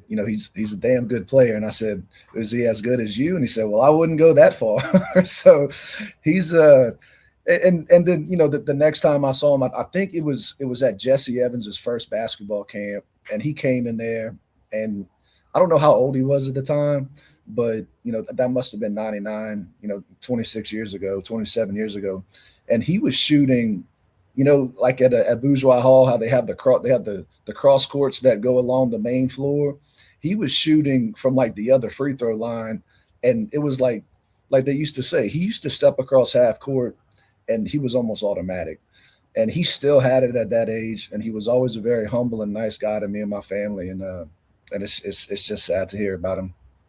Yeah, I agree. And our friend Jennifer just mentioned that Alfred. I know Alfred Payton was in the building during the last home game. So was Bobby Pascal, apparently. I mean, that right there would be great. But I mean, even the guys you don't necessarily now look. I think if we could get Marty Fletcher, that weird dude, I would love to have like a 30-minute conversation with Marty Fletcher. That would you wouldn't even know what to do with that. I wouldn't even know where to start there. It would go so many different directions, which would probably make a hell of a freaking interview. That's what I'm saying. So like I definitely we need to figure this out. Lane, you have homework, brother. Like Bobby Pascal, we gotta see him giving thumbs up in the background. We got Bobby Pascal. I mean, Alfred, I guarantee you he would do it for us, right? Yeah, we could definitely get some Charleses on here. That would be a lot of fun. Yeah, man, we'll put together a list, and I mean, hell, maybe one of That's our perfect summer content, man, because Well, we all struggle to put stuff together during the off season. No, absolutely. And what I'm also saying is maybe, I mean, if one of our sponsors wants to step up, it could literally be sponsored. It could be a sponsored segment, like a sponsored 30-minute interview. It's something to think about. We could definitely play around with it, but it's a great idea. And it's something we should do. We're talking about it, but it's something we need to follow through and do it. For sure. And it seems like the university is a little bit more open to work with us lately on certain things. So maybe we get that in their archives, and it'll be a win-win for everybody, boys. So that'll be a lot of fun. RC, stick around because I want to get your thoughts on a couple things later. But KG, we do want to touch on softball. They had a pretty good weekend, and big win over Ole Miss, but then they drop a game to Prairie View A&M. They take their frustrations out later in the weekend and score like 170 runs against another team, and then drop a game at Florida State 8-0. So it's been up and down all weekend. Talk to me about the softball team. What you got for us this week? Yeah, quick rundown on softball. Got to touch on the ladies. 6-4 overall in the season now. They did go 500 on the week, 3-3 overall. They did go 2-0 against A&M Corpus Christi over the weekend. Shout out to Sunday's game. Like you said, Nick, 23 runs scored and no runs allowed. And that was directly after that very disappointing Prairie View loss that I'm going to get to in a second. They did split with Ole Miss, and another shout out on that Saturday game. They erased that early 5-run deficit. And Brooke Otto with a 3-run walk-off home run in the bottom of the 7th inning to seal that game. So, an impressive. After that Saturday, that first game when they beat Ole Miss, you're thinking, man, you're going to finish the day 2-0. What a great Saturday. And like you said, you dropped that game to Prairie View, which really disappointing. You just mentioned it. Also shut out yesterday by Florida State. Keep in mind, Florida State is a projected team that's probably going to end up in the College World Series. They're ranked number 6 currently. I'm a Noles fan, so that loss is a little bit lighter on my heart, but at the end of the day, I definitely wanted the Cajuns to pull that out because that would have been a big win early in the season for our ladies. Offensive leaders as of today, though, it starts and ends with Haley Hart, boys. The true freshman from Alabama. She leads the team in average, batting .517 through 10 games. Keep in mind the team average currently is .344, which is also phenomenal. She leads the team in hits with 15. She leads the team in slugging 1.38. And the team average in that regard is a .588. So over almost triple the team average in slugging. Home runs, she's tied with Brooke Otto with 3 each. As a team, we have 15 total. In RBIs, Haley Hart and Brooke Otto are also tied with 12 each. We have 72 as a team. And then lastly, I got to give a shout out to Mia Lascano, who leads the team in steals with 7. And as a team, we have 12 steals up to this point. Now, our pitching leaders up to this point, when you look at the stats, there's really one clear-cut leader, and we kind of talked about it in the group chat last night as we were keeping up with Florida State, and that's Julianne Tipton. She leads in most of the categories, really all but 2. She leads in ERA with a 2.33 ERA. She leads in WHIP with a 1.2. She leads in hits allowed with 11. Earned runs with 5. Walks only giving up 7. Home runs allowed, she's only given up 1. Batting average against is a .193, which is phenomenal. She's tied in the team lead with wins with Sage Hoover. Now, Sage Hoover does lead the team in innings pitched so far with 21.2, and then strikeouts is led by Lexi Delbray with 17. So that's a couple of the stats about where the girls are right now. Like I said, got to give a shout out to the ladies, but I do want to give their upcoming schedule for this week. They have 7 games in this upcoming week. They're going to play Howard and Michigan State Friday at LSU. I think it's called the Purple and Gold Classic or something like that. So Howard and Michigan State Friday at LSU in a doubleheader. They will play Howard again and LSU on Saturday in another doubleheader at LSU. And then Sunday, they go to McNeese for, I don't know if it's called the Cowgirl Classic or whatever it may be. They will play Missouri and Houston Sunday at McNeese in another doubleheader, and then they come back home to play Northern Iowa on Tuesday. So, I mean, this is a chock-a-block weekend for the girls. You got 3 straight doubleheaders on Friday, Saturday, Sunday. Then you got to turn around and play again on Tuesday. 7 games in, 5 days? That's tough. So we're gonna they're gonna be tested. But one thing I want to say, Nick, and that's all I have on my sheet. The offense so far has been the bright side of this ball club. We talked all season long that we had to find offense. Last year, we want that to be a blip on the radar. We want that to be the exception, not the rule. And the way the offense has come out this season for the girls out the gate has been awesome. Like I said, they're hitting 344 as a team and just driving the ball around the field. We mentioned it last week. I'm hoping the pitching can start to catch up with that, and I think that it will. We just kind of have to figure out, everybody's role in the circle. But man, as long as the offense can keep it going, that's what's going to keep us in ball games. And lastly, I got to say it again. Shout out to the freshman Haley Hart, who is just absolutely dominating in most offensive categories, and I hope she can keep it up because she's not only in contention for the Sun Belt Freshman of the Year. Right now, there's an argument that she might just be the Sun Belt Player of the Year if she could continue at this rate. I'm going to get into the messy part of this because I heard everything you said, and I think that there's a great trajectory for this team, and I think we're going to get into a good spot. Is it valid for me to still be highly pissed off on Jerry Glasgow and how he handled his exit here and left us in the shape we're in the world of NIL that we're in?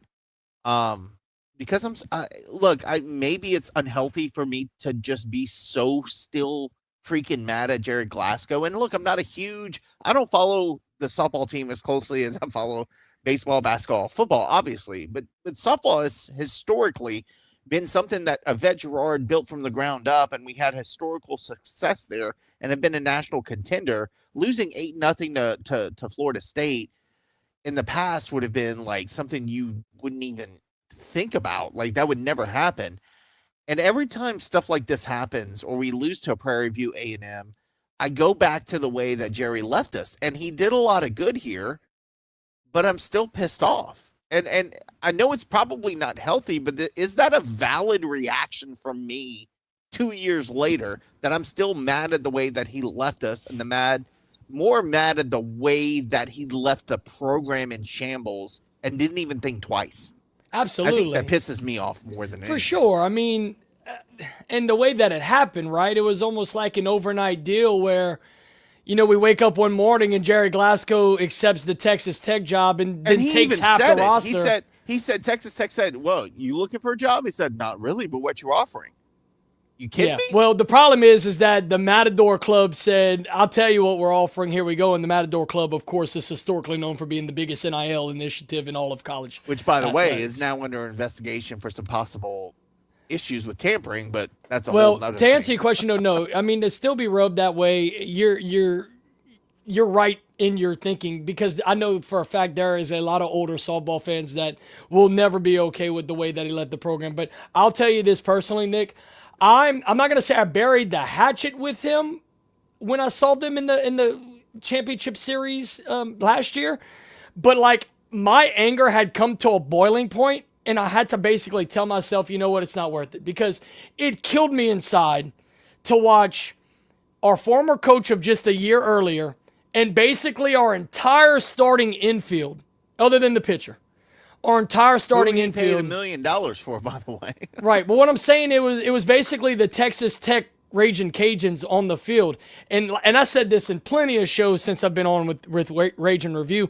If I had $1 for every time they name dropped Louisiana or Raging Cajuns in that series, you could have bought a plane ticket and flew to OKC to watch that series. The Raging Cajuns were on full display because every inning of every game when they did the interviews, they were name dropping UL. And it was heartbreaking to me, honestly, because what that told me was that if we could have got a pitcher like Najee Kennedy to transfer in, we were one pitcher away. No offense to Sam Landry, who was pitching for Oklahoma in the semifinal game, but that just told me that the Cajuns were always one key piece away from getting back to OKC.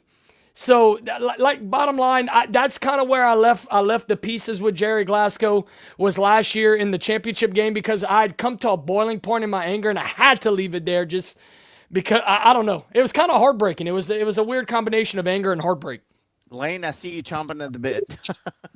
So, I wrote a story last year It's actually probably one of our more viewed stories about the whole Texas Tech saga and how he left at the most inopportune time and how he had this roster basically built for him and that they still, even with the $1 million pitcher, they couldn't win. And it got a lot of views. But I still have this like thing in the back of my mind, like if he wouldn't have left, what could we have done here? I mean, didn't really see us getting Kennedy out here, but to get another pitcher to necessarily complement Sam Landry, we could have easily made it there. Now, it's not all on one pitcher because I mean, softball is a little bit different than baseball because most of the time, Yeah, you can pitch 100 innings and it's nothing as a But softball pitcher. For us, it would have to be more than one pitcher. But it was just the timing of everything, the way he left, the fact that he took so many of our players, it left a bad taste in a lot of people's mouths. Not just us, not just a few select people, like pretty much the whole fan base. And something I want to add, it's very hard for us to stomach that the Cajuns went from being such a high contender. Like we weren't right there. We were basically the Boise State of college softball. We were the best mid-major program in college softball. It's very hard for Cajun fans to stomach that you don't have that to rely on anymore. And we joke about this a lot. Even as early as 5-10 years ago, football can have a bad year. You know, softball's going to make a deep run. You have softball that you could turn on the TV and watch them playing in a super or possibly punch their ticket to OKC. Baseball has a bad run. Turn on softball. They're going to be winning games against big-time programs. What's tough is that now in this era of NIL, unfortunate for us, we just don't have the Benjamins to keep up. We're starting to turn into a stepping stone program. Like we're gonna sign good girls out of high school. You know, Haley Hart is a perfect example. Signed her out of the state of Alabama. I don't want us to turn into a stepping stone program where these girls are here for, you know, a year or two and then they move up to a program like Oklahoma or Alabama. You know, the big dogs, right? You want them to want to stay here, but you know what? When they are here, it is on us as fans to love them as much as we can, to appreciate them as much as we can, to make them feel wanted as much as we can. And I'm going to give all the shout out in the world to the Hayden family. The Haydens could have gone to Texas Tech with Jerry Glasgow, and she chose to stay here and play her senior year because this is home for her. Like, this is the only place she's ever wanted to play. Her older sister played here. She played here, right? So we got to make we got to make all the girls feel like that, especially the girls that we are really trying to keep here, because the last thing that I want is for us to become a stepping stone program and to make losing games to Florida State 8-0 a regular reality. We want this to be the exception. Well, the one thing I learned out of Jamarcus's article regarding coaches' salaries was that Allie Habits she's not getting paid a whole lot of money. She took that money and guaranteed her assistant coaches. So I, one, respect her wholeheartedly for that. And two, you know, there's accountability there too with what they're getting paid. We need to see some improvement. And I think throughout the season we will. RC, I was going to ask you if you even care, but you unmuted yourself, so I assume you do care a little bit. I was just going to play the devil's advocate because, you know, like Cole said, with the NIL stuff, this is the sign of the times, man. So I don't blame him for wanting to see what he could do at the next level. Even though we were a powerhouse, we don't have the money that Texas Tech has. We don't have the money that, you know, a lot of our peers have. So, yeah, was I mad that he left? Absolutely. Did I blame him? No, not at all. But like you were saying, it just sucks that we had, you know, this dominant run in softball. I mean, how many Sunbelt series did we win in a row? Was it close to 80? Oh, dude, it was ridiculous. And, you know, 30 something straight years being in in the regional, hosting regionals, hosting supers, going to Oklahoma City. It just sucks that like this is who we are now. And his first year, he's one win away from a national championship. I want to say it was close to 90 series that we won. Yeah, it was up there. That'll never ever be repeated again. Yeah, go ahead. No. I want you to finish your point because I also want to piggyback on something that you just said. But finish your thought. No, it's frustrating that somebody of our caliber of a program can basically not go back to a dormant Sunbelt program, but the fact that just one year removed from him leaving, he's in the national championship, and then and we don't even make the regionals, and it was one of the worst softball seasons that we've ever had, at least in my recent memory.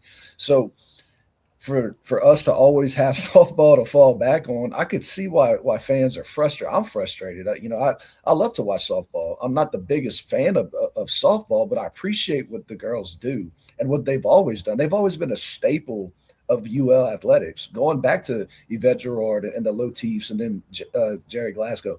Hopefully, Allie can get it back to that.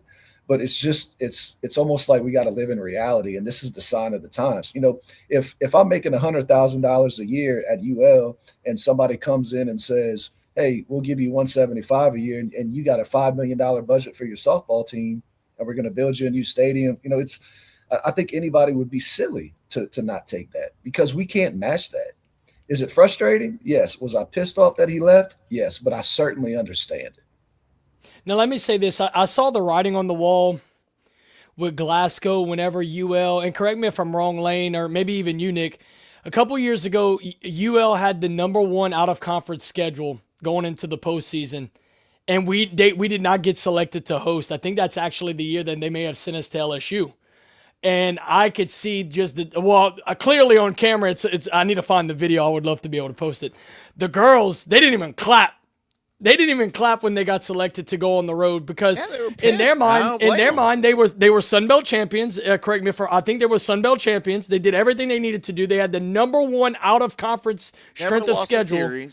Yeah, never lost a series, and they still did not get selected for regional. So in my mind, as a head coach, if I'm putting myself in Jerry Glasgow's shoes, I'd be thinking, what the hell more do I have to do? But to your point, RC, that's just a sign of the times. The game has just changed because didn't we get like a 14 seed that year or something like that? Ridiculous, man. And we kicked their ass in their regional, which we knew we would do. But that's when I knew the writing was on the wall. It's just that like when the scheduling gets to be like that, where you're scheduling as hard as you can, like you had the #1 out of non-conference schedule. Like, you can't schedule a harder schedule, and then they still didn't get selected to host a regional. There's nothing more you can do. And like you said, RC, I don't blame him for wanting to, take the next step and go coach in the power conferences, especially one that's going to support him financially, which you saw with bringing in $1 million pitcher in Canada. But yeah, man, it was just heartbreaking to watch him go and watch him take half of our ball club and then end up in the College World Series. It was a big what if. And the wild thing, another what if about, I guess, COVID. Leading into the season, we had like the highest rated recruiting class. We also, when the season ended, we had the #1 RPI. So just think about that for a minute. If we had finished the season and COVID not happened, we would probably be a top 8 seed and have our best chance at most likely going to OKC. Well, I think what stings more is what we knew we had coming back when Glasgow left. Like, we knew we had a team coming back that would compete for a natty. Like, we knew they needed a year, but like this was it. And then he leaves at the most inopportune time when nobody's expecting him to leave, and then takes our players. And then you have to bring in Habits, who has to build from nothing, basically. Then you had Shelly Landry, which I'm not going to, poo-poo on her. She stayed and she kept things together. Things didn't work out with her because of certain reasons. There's just this last couple of years, they've been dealing with a lot. So I'm willing to give a lot of grace to that program. What's that? Didn't he leave it like June or July? Yeah, he left at the last minute, and that's kind of so Allie had to come in. Allie also came in last minute and then had to piece together a roster last minute. Right. When the roster was put together, she didn't have a catcher on the roster.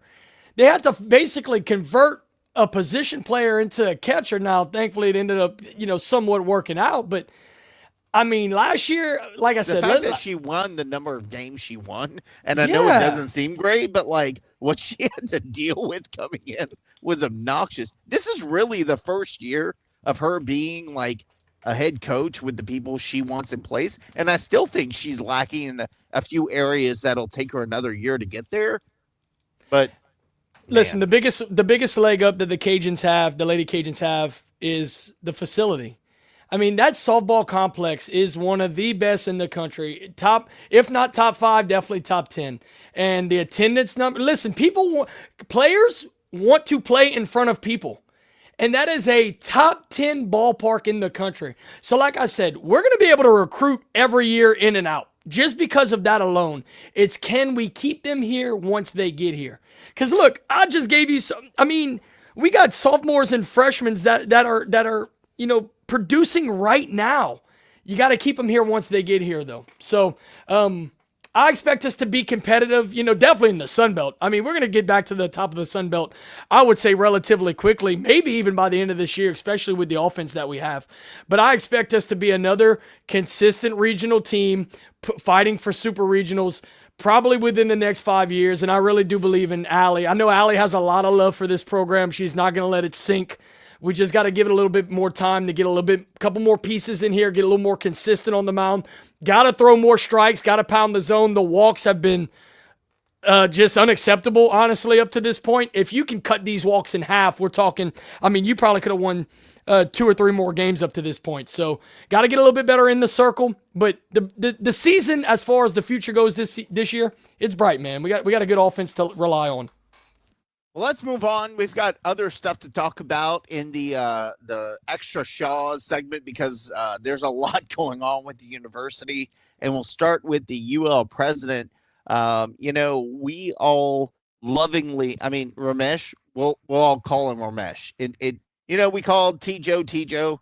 Ramesh is Ramesh, and we were, I wouldn't say we were surprised, but we figured there would be some outcry from the university or students or community when Ramesh was kind of like the knighted guy that would become king. So they have an official search underway, and they've narrowed the list down to, I want to say, a dozen folks that have applied or been in the running for the president's job at UL. And guys, got to tell you, ain't very impressive. And I think that is by design because I think a lot of folks in the know around the country know that Ramesh is going to be the guy.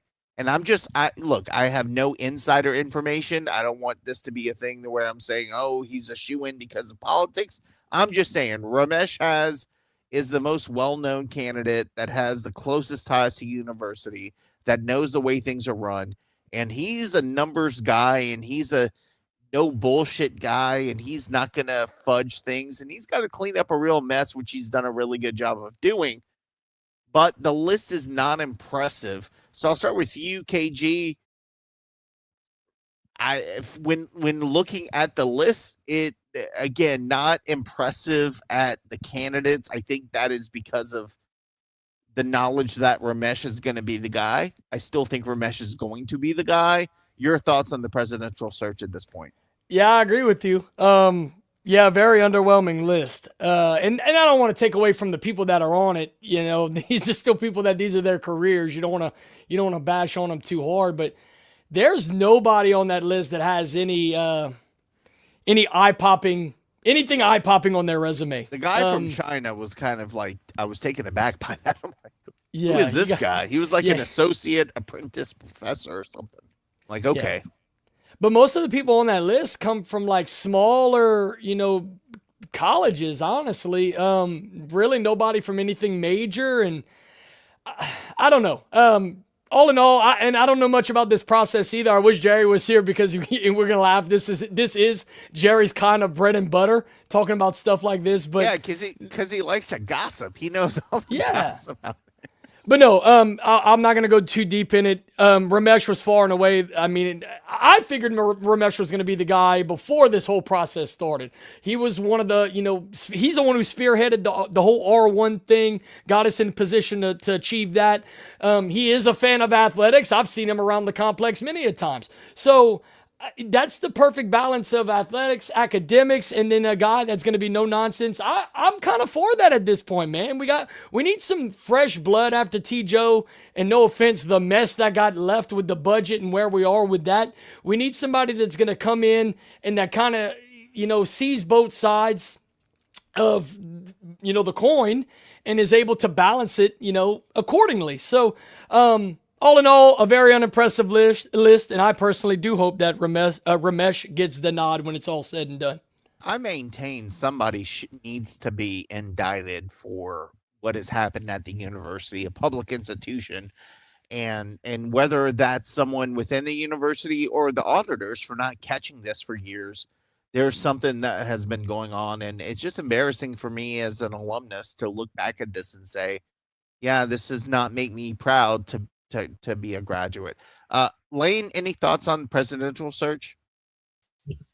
The one that made me kind of a little more interested was and it was random because it didn't have any association to like a school, was the scientist. Like, what does he have that like the other candidates don't have, other than not being associated with a school? But I truly feel like Ramesh is the lead applicant in my mind. And look, I'm not saying, again, I don't think any of us are saying it's like, it's a shoe-in that Ramesh gets it and there's a fix-in. Like, looking at the candidates, there ain't nobody else, bro. There's nobody else. RC, I don't know if you want to comment on this or not, but your thoughts or defer, and we'll move on. Yeah, I'd be very, very surprised if it's not Ramesh. And like Cole said, he's no nonsense, don't take any kind of bullshit type of guy. But that's exactly what we need. We got a big old steaming pile of dog shit that we need to get the university out of, and I think he's the right guy to do it. So I would be very, very surprised if his interim tag doesn't get turned into permanent. There was literally no one I've talked to. I mean, even my nephew knows Ramesh. And I'm like, how does he know it? There is no one I have talked to that dislikes a man or has a negative thing to say about him. Now, let me also say this. Let me also say this, Nick. If he doesn't get it, I'll be disappointed. But at the end of the day, I'll give whoever they do decide a chance. I'll support I'm not, whoever. Yeah, right. Out the gate, it's not going to be like, boo, terrible choice, blah, blah, blah. No, I'm going to give whoever they bring in a chance and let them do their own thing and, create whatever culture or do whatever their vision is for the university. It's just that knowing what we know of who Ramesh is and what he's about and what he was able to achieve on the academic side. I mean, R1 status is not easy to come by, and he spearheaded that. That is huge for the university. And on top of that, like I said, he is somewhat of an athletics guy. You could see him around the football field. You could see him around the complex. So I like, having two sides of that coin. So hope he gets it, but we will be very open-minded if, unfortunately he doesn't. Well, I think review. Go ahead, Lane.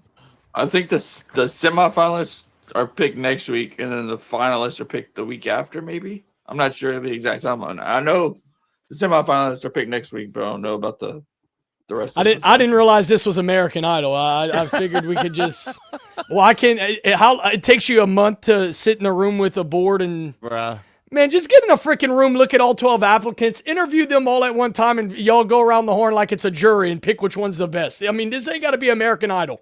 Look, and this is knowledge to a lot of people, but my brother is in the running for the next fire chief of Lafayette, and it's kind of the same thing. Like it feels like American Idol, so a lot of the same. But I think I can speak on behalf of everyone on this podcast to say we fully support Ramesh, and his quest to be the president of the university, and look forward to a great partnership once that happens. So best of luck to him and all the applicants. And again, I trust the people in charge to make the right decision. So best of luck there. Let's talk about the baseball atmosphere. I know I'm going back a little bit, but there were some complaints over $5 natties, which we heard there were $2 natties, but that was not an official account saying that. Somebody else said it, but we're back to $5 natties and the music issues and scoreboard issues. And I'm happy to kind of dive into that a little bit because I know it was not a great experience. And to me, that is like an easy thing, but it's not. So I'll give you guys the floor. I'll start with you. Maybe I'll start with you, KG, about the experience this weekend. I know it wasn't the best, and I know the reasons behind it. And I'll go into maybe the whys behind it, but talk to us a little bit about what you saw this weekend as far as atmosphere of the Teague. Good. I'm glad you came to me first because I'm gonna Uno reverse it on you, Nick. I actually want you to lead this conversation about what goes on upstairs. And I'm going to say this one thing, and I know RC agrees with me because we sat together and talked about it, a couple of games this weekend. Music selection was pas bon. The audio was weird. Some songs had bass. Some songs felt like they were played over a cell phone with a microphone up to the bottom of it. There was no background sounds. Like, you remember Homer Simpson, there was none of that this weekend between pitchers. When you hit a foul ball and it sound of breaking glass, that, all the classic nostalgic sounds of the Teague were not there. We had coaches going to the mound to talk to pitchers and they didn't play anything. I was sitting there yelling in Section A, play something, anything. Like it was a funeral home just waiting for the coach to get off the mound and go back to the dugout just so we can get back to playing ball and something would happen.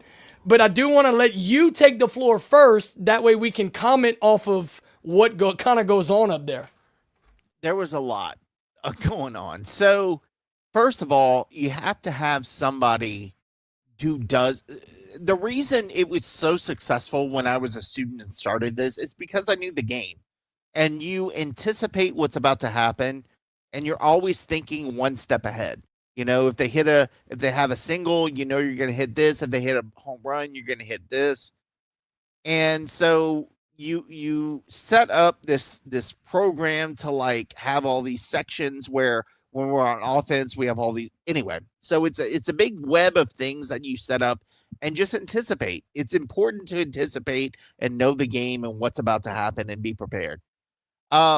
So Sean, I got to give a shout out to Sean. Sean is a ticket guy who is subbing, trying to be a music guy. He was out of town this weekend for a couple games. So he's trying to get the music back to what it was. And you saw that, I think, a little bit on Friday, because he was in town, and then Saturday, Sunday, he had to leave. But the music computer went down on Sunday. So not only do you have somebody who's probably not as involved and knows the game as well as Sean or me or whatever, but then the music computer goes down. So literally Tuna's holding his phone playing YouTube videos with the microphone because there is no computer. And look, one of the things that is so important up there is that you have to improvise. You have to come up with ways like, okay, if the computer goes down, then what? Do you have an iPad you can run? Do you have...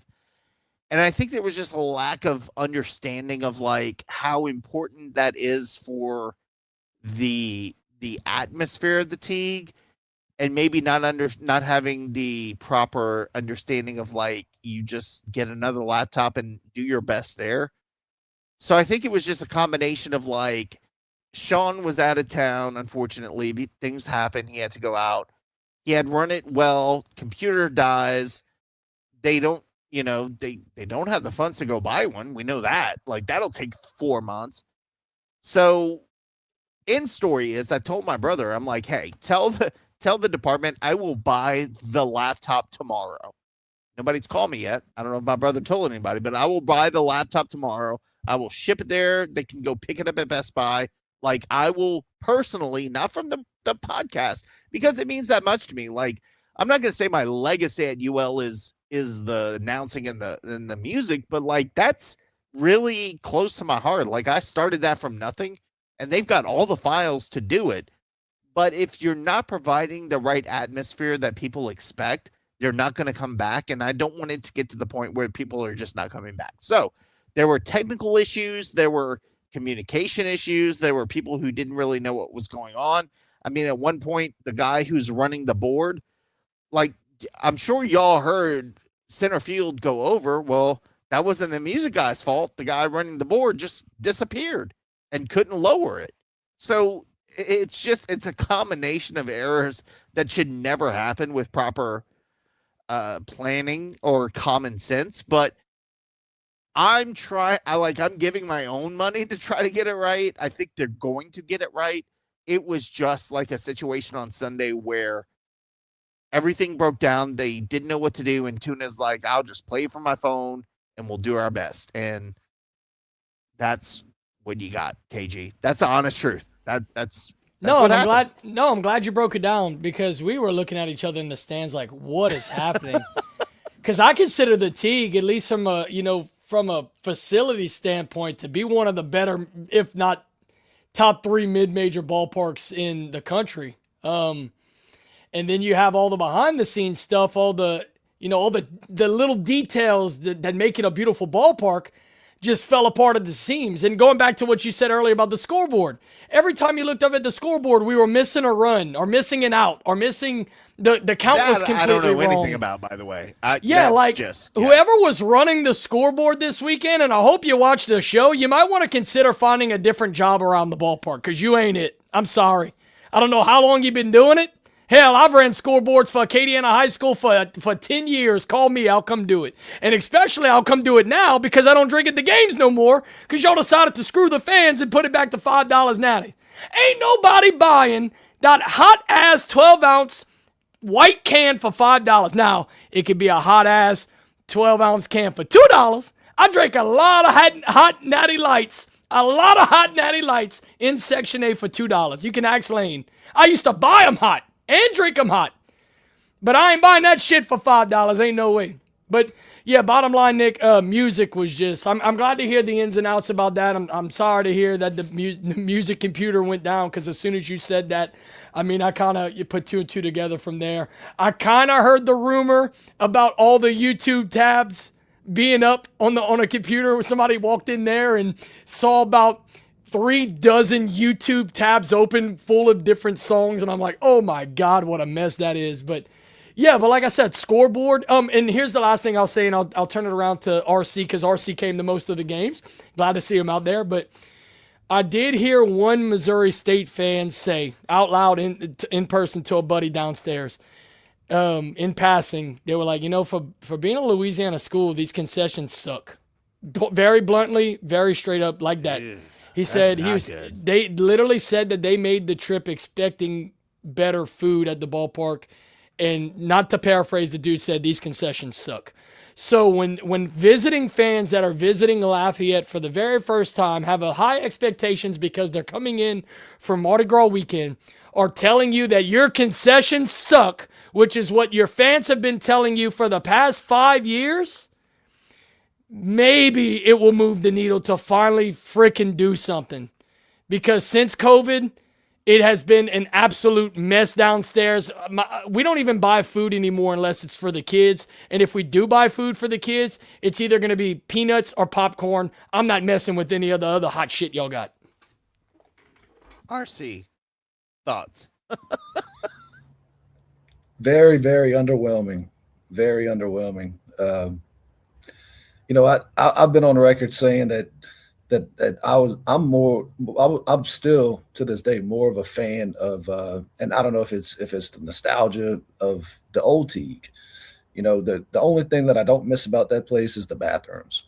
It seems like once we got into the new digs, it kind of just started going downhill after that. But it was nothing like it's ever been like it was this past weekend. Sunday I sat with Cole and them in Section A. I'm thinking like maybe it's you can't hear the speakers as well down there, but it was because they just weren't playing music. I mean, Cole could have farted off the steel bleachers and the burners could have heard it on the other side of the field. Like that's how quiet it was. It was almost eerie, just like you said, little things were missing. The $5 natty lights. I don't understand that, but overall, it was nice to be back in the stadium. I love baseball. It's pretty much become my favorite time of the year, sports wise, because it seems like there's always a game, whether it be Monday, Tuesday, and every other weekend or whatever. There's always something to do. I love being out there, and it was just very underwhelming. Friday, the 2 o'clock start, and maybe it was a combination of it being Mardi Gras too, but parking was somewhat of a disaster. Friday we were lucky enough to get there early enough to where we didn't have to pay, and we parked right next to the stadium. But Saturday they were cutting the parade. I think whenever we got there, the parade was passing, so we had to park at Legends because the other lot was filled up. We had to walk all the way down there, cut across the parade, and I know there's only so much that the baseball administration could do about it because the Mardi Gras Association takes over that, and then they give us a certain amount of places to park. I wish that could have been handled a little bit better, but it just the 2 o'clock start on a Friday, that's like a soul crusher right there, because there's nothing like an opening night in the T, not opening day, opening night. And to look at, I sat up with shout out to Doug. He let us up in his old bougie fancy suite, and I got to sit and look around the stadium. $200 for LSU tickets, but okay. Yeah, no, I mean, I had a great view of the left field and the right field bleachers, and in the grandstand, and it's just it's not a Friday night crowd. Now Saturday and Sunday were a little bit better, but I could never seem to justify. I'm not a Mardi Gras guy. Maybe that's it. But to give up the best night of the season for a freaking parade, I don't get it. I don't get it. But Ryan, I think that's what makes, and I know it's stupid. It's stupid sound effects. It's stupid music. Like, it shouldn't matter. But when you have a situation like that where you have a light crowd at 2 p.m., like, that's when getting them fired up, playing the right music at the right time, knowing what to play when something happens matters the most, because it gets the people in the stadium into it, which it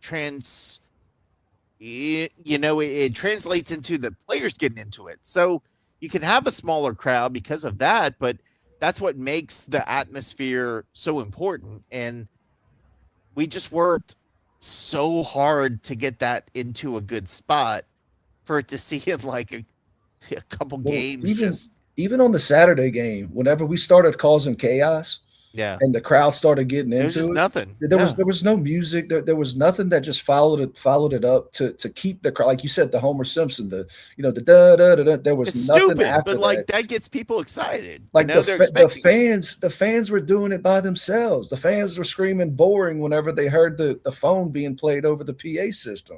Like, it's just it's little things. I'll give you another example. On Sunday, I believe it was in RC, we looked at each other like, "What the hell?"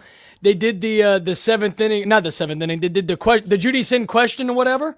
The options on the board didn't even match what they were asking on the intercom, and we're looking at each other like, "What the hell?" Yeah, that's what I'm saying. Like the attention to detail this weekend across the board was horrible. And RC, you said it earlier, it was as bad as it's almost ever been at the team. But I think reality is nobody. They have no money to pay any. Like right now, honestly, who's gonna do it? Where do you get the attention to detail? Matt Sullivan is doing 5 jobs right now. God bless you, Sully. I will say this. I was yelling from the stands, and I was saying, just hook me up to the Bluetooth. So, but I mean, look. Hey, Nick, even on Sunday, and Cole, I don't know if you remember this or not, for the 7th inning stretch, it took them like probably 20 to 30 seconds before they even started playing the song. I know. It's like, what are we doing? So look, my commitment to Raging Cajun Nation is that I told my brother, I'm like, hey, I will come back. I'm not taking Tuna spot. That's his thing. I will come back next year if they will have me. I'll do the music, set it up, get everything back to where it was before, train someone, and I'll give the money. Like, they can pay me, but I'm gonna turn around and I'm gonna get a little nice little tax credit on the money I give back to baseball in the form of a donation. But like, I worked too hard to see that kind of fade away and not be great. So that, Hey, I take that. That's close to my heart. And I'm gonna make it right. I would very much, and I think a lot of people that have been associated with USL and UL baseball would love for you to come back and do what you used to do, because it has been severely lacking since you skipped town like Jerry Blasco. Dude, it's if they have me. Look, I'm just gonna say that. That's the caveat. If they will have me, what, Lane?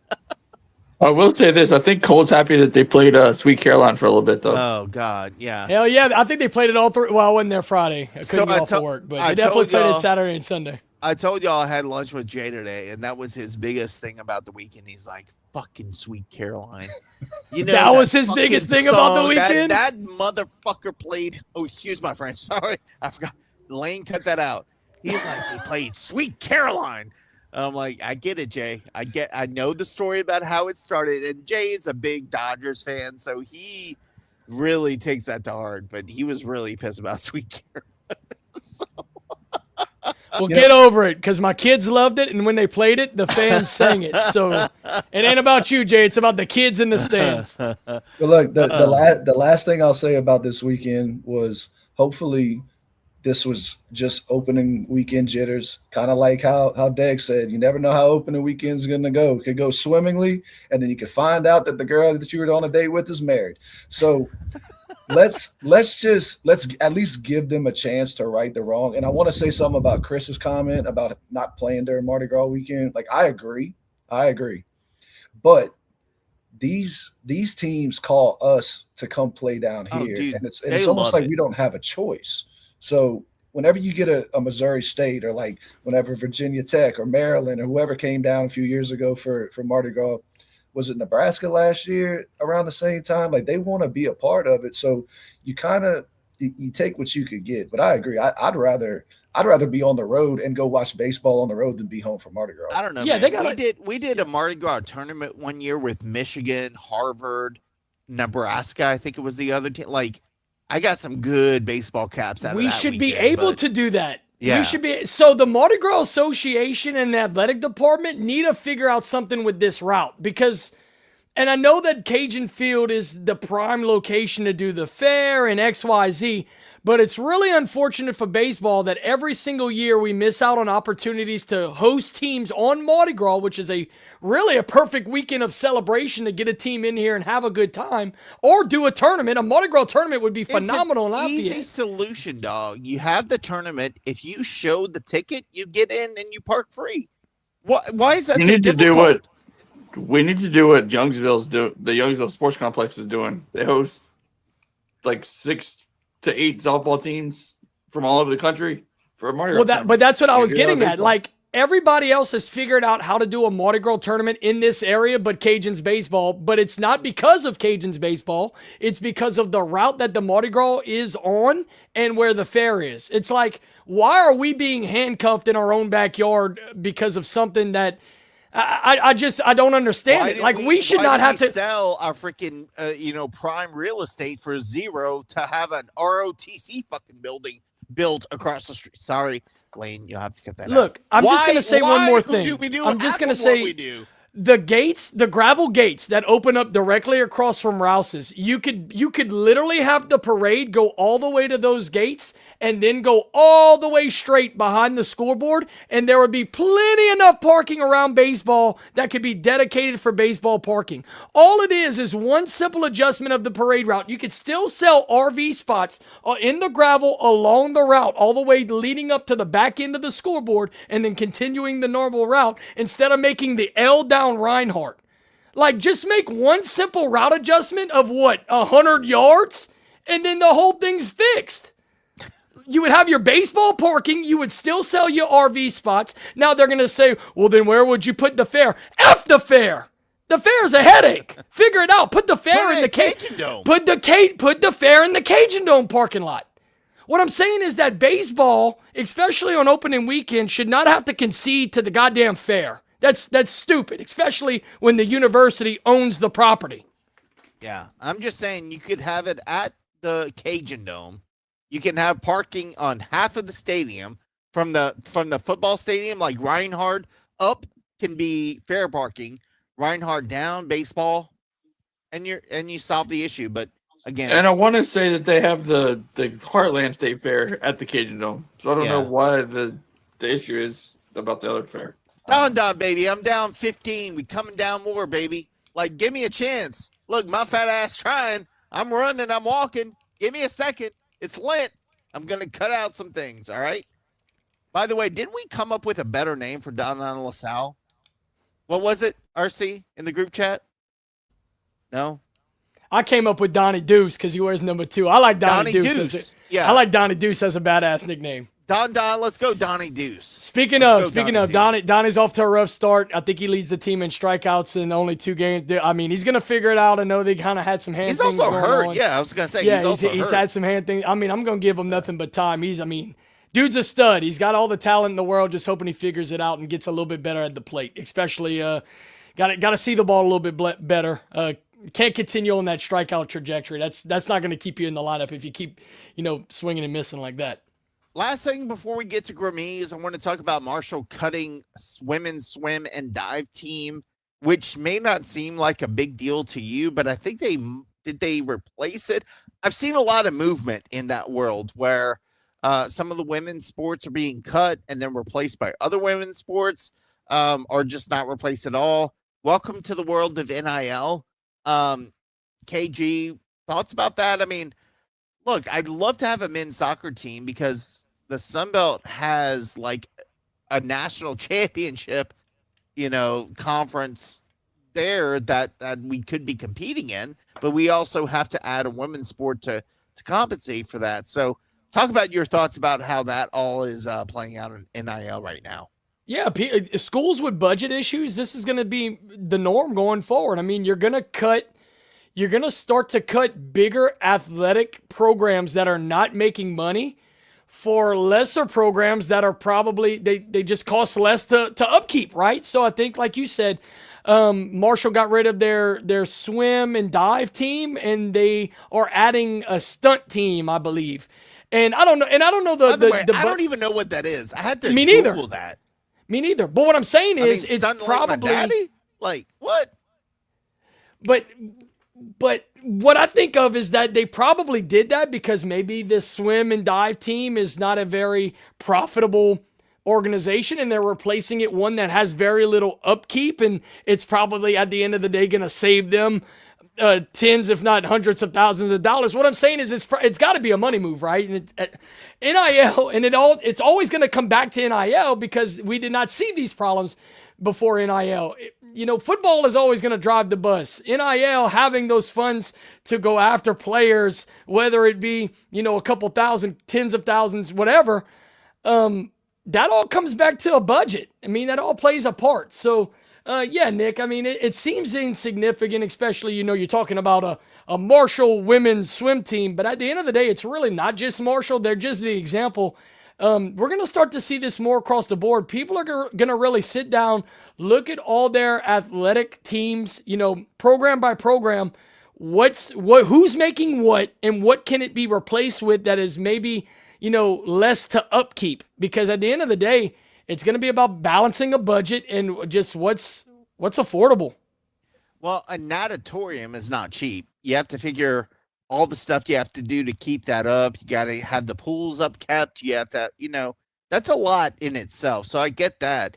And if you could trade that out for a gym that you already have, I want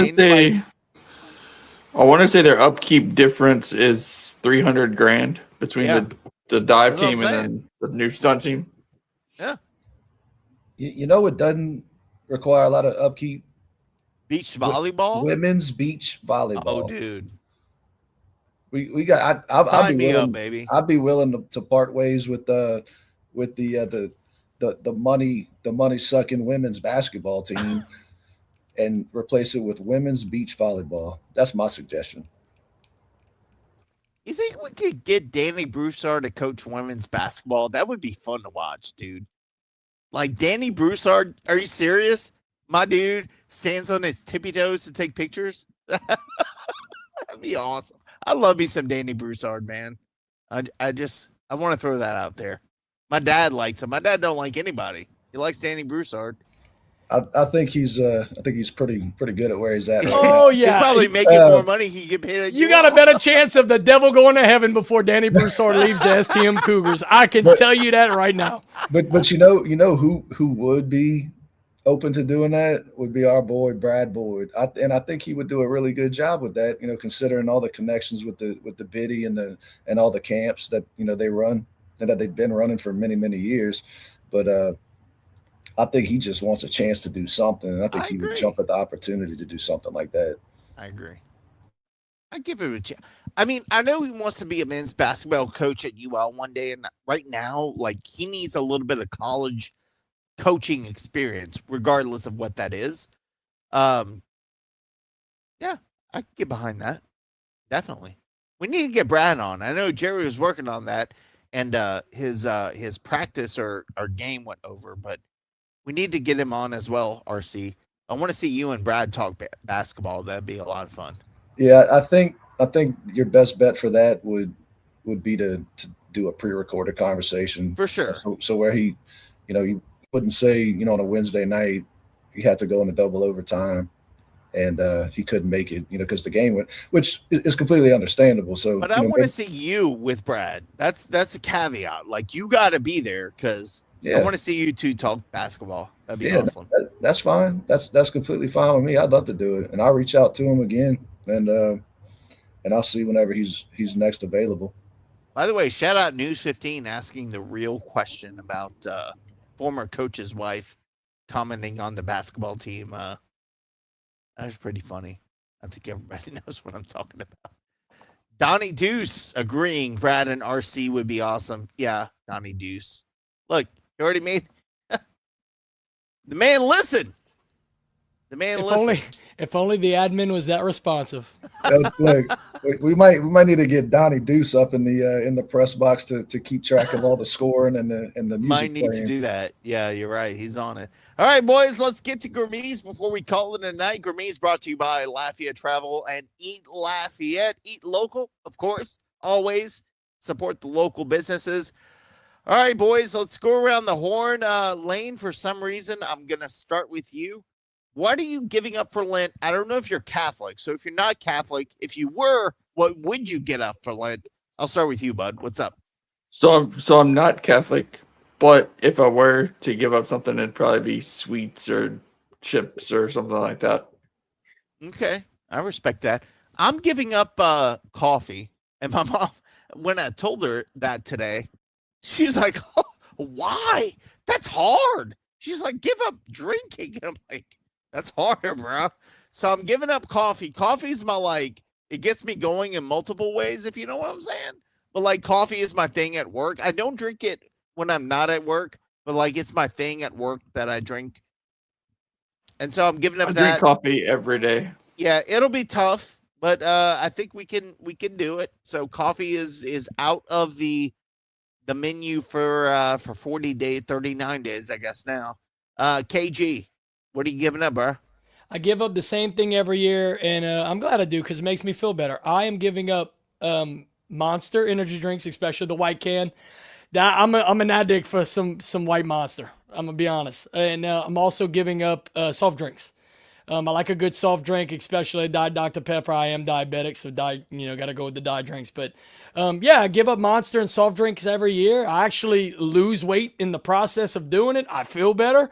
It seems like once Easter comes around and I let myself go and I have one or two and it just snowballs from there and I end up back where I am now, giving it up again for Lent. So yeah, this year I'll be giving it up once again, white Monster and soft drinks. By the way, I like the new cut you got going on there. A little fade on the side. What? What? Pretty clean. Shout out to my barber, Devin Burke. Graduated with him out of Acadiana. But yeah, it does a good job, man. Y'all go see Devin. Look him up on a little Facebook. white gravy. I'm just saying. Look at a little white gravy. But it's good. Good shit. Well, look, let me say this. The reason you like it so much, though, is I have it slicked up because we went to Mass before this. So you used to see me with a ball cap on. Whenever I go to church, I do. It's hard to see, but I do have a hard fade line that he shaves in there for me. So, yeah, I can clean up, man. You should see me in a tux when we go to weddings and stuff. I know how to clean up. My mama cut my hair today. But, hey, y'all, she's been cutting hair for 40 years, like, she's legit a hair person. Don't be like, oh, your mama cut your hair with the bowl. No, she used to, but not anymore. Can I say one more thing? Blair, so I was at work yesterday for Mardi Gras. My work is Canadian owned, so I had to work. Blair and the kids were off, and they decided to go visit my parents. And Case's hair, Case is my middle son, going on 4 years old. Case's hair was getting a little long, and my mom decided to take it upon herself to go ahead and get the clippers out of the bathroom cabinet and throw a 3-guard on and just go to town. She buzz faded my son. And poor Blair didn't know because my mom had told Blair, you know, I used to cut Cole's hair back when he was younger. Yeah, back when I was in grade school. But yeah, now my son went from my son's got a ball fade. I don't know how else to say it. God bless him. Hey. Does he like it? That's a question. He loves it. There you go. And we fed into it. It's not That's a big all that deal. matters, baby. And listen, hair grows, and he's a very young kid. He loves it. So we're gonna keep feeding into that. That's all that matters. RC, Loretta's watching. What you giving up? I'm giving no. I was gonna say coffee. It's impossible for me to give up coffee, man. Like that's That's probably why I had the headache today, honestly. Yeah, maybe so. But no, I was a pretty big gym rat, you know, for the last couple of years, and had an old man injury with the shoulder and the neck, and I'm gonna I've pretty much dedicated myself, you know, at least 4 or 5 times in the week to get back in the gym, and I've started. Kind of the hardest part is getting back into it. So I've broken that glass, and I'm working my way back up. But just to overall health, get better with that. I love you, Jesus, but I can't give up drinking beer. And here's the thing. But here's the thing. I will be giving up for Lent and probably for the foreseeable future for paying $5 for a Natty Light at the T. Respect. That's all I gotta say. Respect. All right, boys. It's been a lot of fun. Appreciate y'all joining me tonight. Appreciate all the listeners, watchers out there. You know, I gotta play this song, Mr. Cammy Duce back in the day. Hold my false teeth, and I'll show you how to dance. Dedicated to my boy, Mr. Early Launtier, who lost his teeth during a trail ride when I was a kid. And that's what this song comes from. Yeah, true story. Le hippity hip and le hippity hop, babe. Like, share, subscribe. RC, stick around because even though we shut down the stream, we do have a post-game gathering, so we'd love to hear your thoughts on that. But like, le hippity hip. Hey, man. Doesn't get better than that. Thank y'all for joining us. Y'all have a good rest of your week. We'll talk maybe Sunday, a little recap after baseball. I think that would be healthy conversation for all of us. But for my boy KG, for Lane, for RC, for Mike Beer, who joined us earlier, I am Nicholas. Have a wonderful rest of your week. And as always, until next time, you know the drill. Go Cajuns.